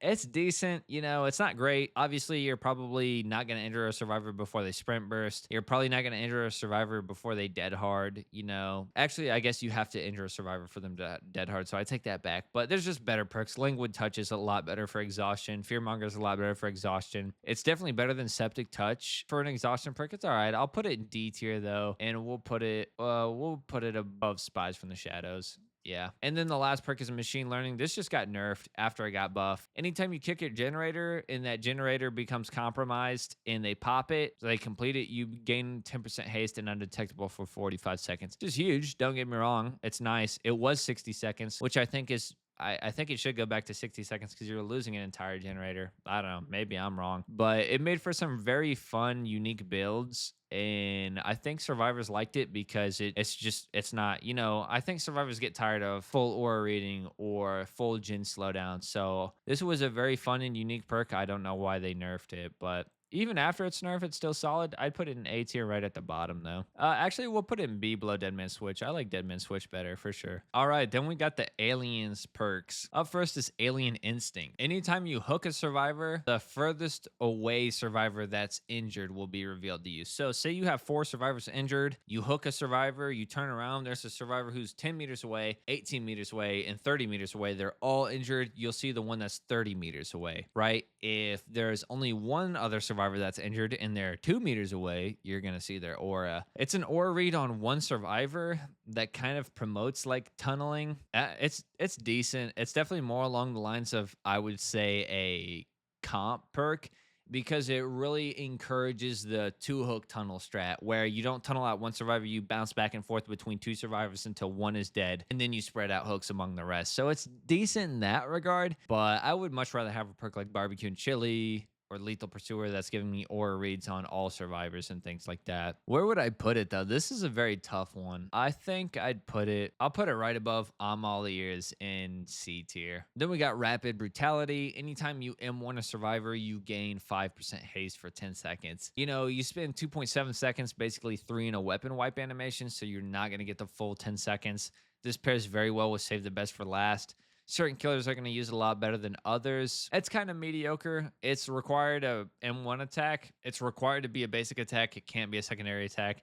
If they remove the stipulation, like what killer is keeping this perk from being an M2 attack? If this was an M2 attack of activatable perk where you could get this while playing hunters, this would be insane. Honestly, it would be insane, but it's basic attack only, and for that reason I put it in D tier, and I'll put it above awakened awareness. No, I'll put it above disillusion in D tier. And then we got ultimate weapon. Ultimate weapon's complete trash. It was S tier damn near when it was an aura read. Now anytime you open a locker, any survivor within 32 meters of that locker scream trash. Absolute trash. We'll put it in F tier. It's pretty much the whack. 32 meters, so I like 32 meters better, so we'll put it above that. Oh, damn, I'm going to have to start scrolling, aren't I? Can I avoid scrolling? I really don't want to scroll. I think I can. Yeah, I can grab the top of them, right? All right, so up next is Chucky's perks. And up first is batteries included. Anytime you're within 12 meters of a generator, you gain 5% haste. We'll go ahead and put this in F tier. We'll put it below Sloppy Butcher and Deathbound because you do not want to be chasing near completed generators. Why are you doing that? Why are you doing that? Why are you chasing near completed generators? If you ever find yourself getting value out of this, unless the game is over and all generators are popped, right? You're playing wrong. You're just playing wrong. You should never be chasing by completed generators. I feel like they created this perk to encourage you to maybe potentially chase near completed generators. If they wanted to do that, they need to make it 15% haste. If this was 15% haste, I would chase near completed generators all the time. You know, they're triple teaming in the last gen over there, but some dude's running around a completed generator. Oh yeah, I'll go after that person. But until that day, that's never going to happen. It's a garbage perk. People way overrate it. People think it's way better than it is. It's garbage. Trust me, it's garbage. Then we got Friends Till the End. Basically, anytime you hook the obsession, a random survivor will scream and become the new obsession. Anytime you hook anybody other than the obsession's aura will be revealed for 10 seconds. And then they'll be exposed for 20 seconds. You're pretty much never going to get any value out of the exposure at all. No killer can cross the map that fast. Even Dredge is very hard to get value out of that exposure.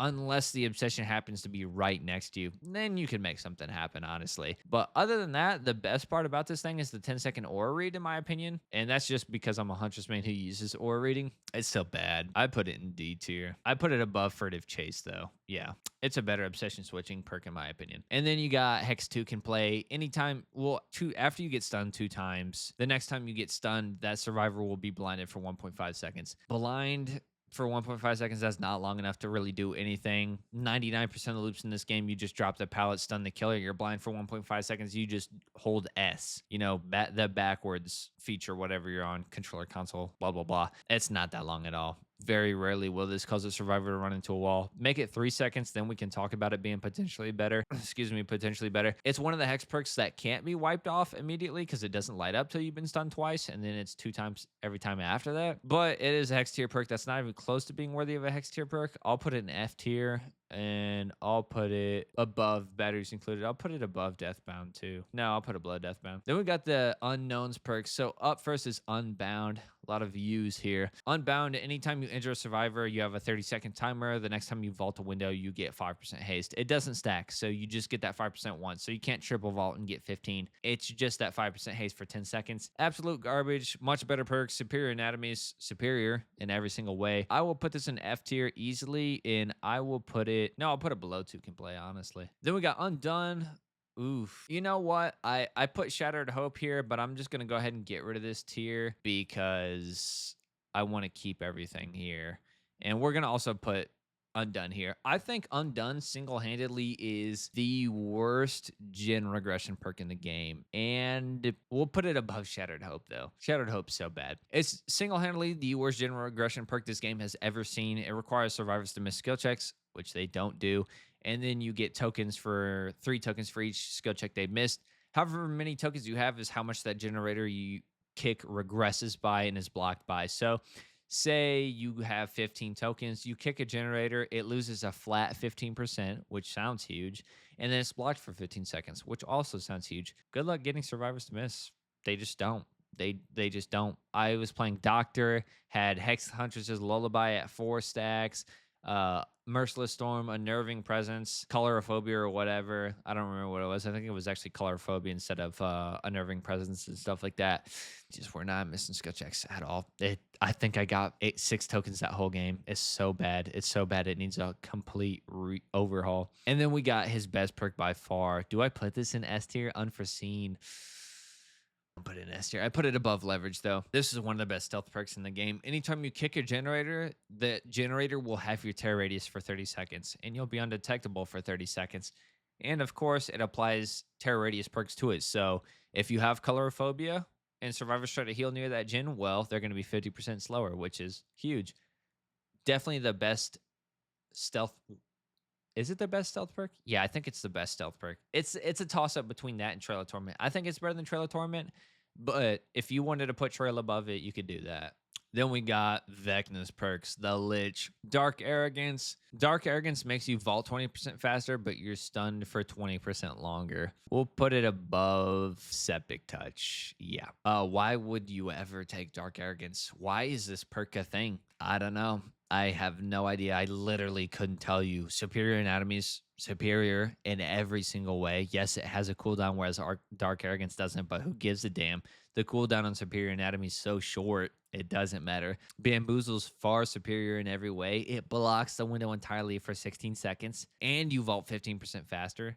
Instead of 25% from Dark. Oh, 25% an extra 10%. Who gives a shit? Terrible perk. I'm very disappointed that this perk ever made it live. And it's still how it is. One of the worst perks in the game by far. Languid Touch, the best exhaustion perk in the game. Besides Fearmonger? Yeah, besides. Where's Fearmonger at? Okay, so Languid Touch, I'll put right below Fearmonger. Another great exhaustion perk. That's wild. All right, Weave Attunement. This one got nerfed. It was 12 meters. Now it's 8 meters. Anytime a survivor drops an item, after they fully deplete an item for the first time, they'll drop the item. Then you can see auras around it permanently within 8 meters of it. When they pick it up, they're oblivious for 30 seconds. I guess that's something. On its own, it's an F tier perk. With Franklin's Demise, it's an A tier perk. So we'll put it in the middle of the road. No, we'll actually put it in D tier. It's still not that great. I think people overrate this perk a lot. We'll put it right next to Franklin's Demise, honestly. We'll put it below it, though, because without Franklin's, it's pretty bad. All right, then we got Dracula's perks, the Dark Lord. So we got Dominus. Anytime a survivor touches a chest or a totem, it'll be blocked for 8 seconds. And it'll turn white. First of all, why does it block chests? Who knows? I would rather a survivor be working on a chest than a generator. It blocking your hex perks and protecting them could be something, but Thrill the Hunt's way better for that, for sure. Undying's way better because they'll pop your totem and put it in a better spot. It's just a very bad perk that needs to do something else entirely, honestly. I'll put it in F tier, and I'll put it above Batteries Included. Batteries Included is just fucking terrible. All right, then we got Hex Wretched Fate. Anytime the first time a generator pops, the obsession will be 33% slower at repairing until they pop the totem. It's huge. It completely ruins one survivor's entire life. They're just going to do everything in their power to try and find that totem. So for that reason, I'll put it in A tier. And we will put it, you could combine it with Pentimento too to be absolutely brutal. Where will we put it though? We'll put it below Oppression. And then you got Human Greed. This one, basically, you get an aura read whenever a survivor is within 4 meters of a chest. The auras of unopened chests are revealed to you at all times. The auras of survivors within 8 meters of an open chest of unopened or closed. Unopened or closed? Oh yeah, because you can close them. Are revealed to you for 3 seconds. Then it has a 20-second cooldown. What can I say? Absolutely garbage. F tier perk. Above 2 can play. And then the last one, man, this is what is this? This is gonna be a 3-hour video. After I edit it, it'll probably be 2 hours. We got the Houndmasters perks. Does it clap? I mean, all shaking thunder. Anytime you fall from a height, doesn't have to be a great height. A lot of people think it's like bounce landing. It's not like bounce landing. You could fall off of a pebble and you'll activate it. For the next 16 seconds, you'll get a 75% longer lunge. So coup de grace, 80%. It's decent. Don't get me wrong. 16 seconds isn't very long. I think if you made this perk 20 seconds, it would be a lot better. 16 seconds, it's definitely decent for sure, especially on M1 killers. I would put it, where would I put it though, honestly? Yeah, I think I put it in C tier, right below Zancian Tactics. Then you got No Quarter. Anytime a survivor self-healing, when they get to the 80% mark, they'll receive a barrage of skill checks, just like Merciless Storm. Not hard to hit these. Entirely a joke. If they fail, they will be broken. Good luck getting them to fail, though. Unless you have colorophobia. It's very niche, getting that to happen. I will put it below Sloppy Butcher. And then you got Jagged Compass. Anytime you hook a survivor, the survivor with the most, the survivor with the most progress.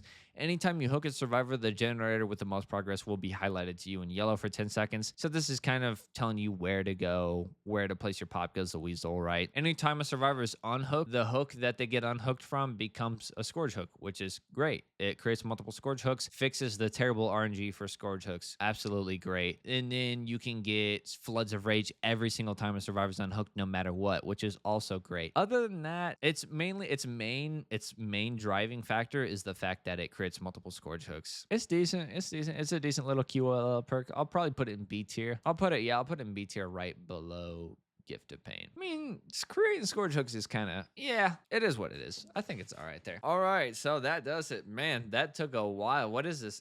This is probably going to be like a 2.5-hour video. Kind of crazy, but we finally got them all done. This is an absolutely monster video. I created those 4 other videos, putting them each in their own categories, because it is, in my opinion, very hard to rate perks against each other. Like, how do you compare? If Pain Resonance is S tier, how is Bamboozle S tier? You know what I mean? They do 2 different things entirely. One's gen regression, one's chase and window blocking, and how does that compare to, say, Discordance, which doesn't do either? It just gives you information.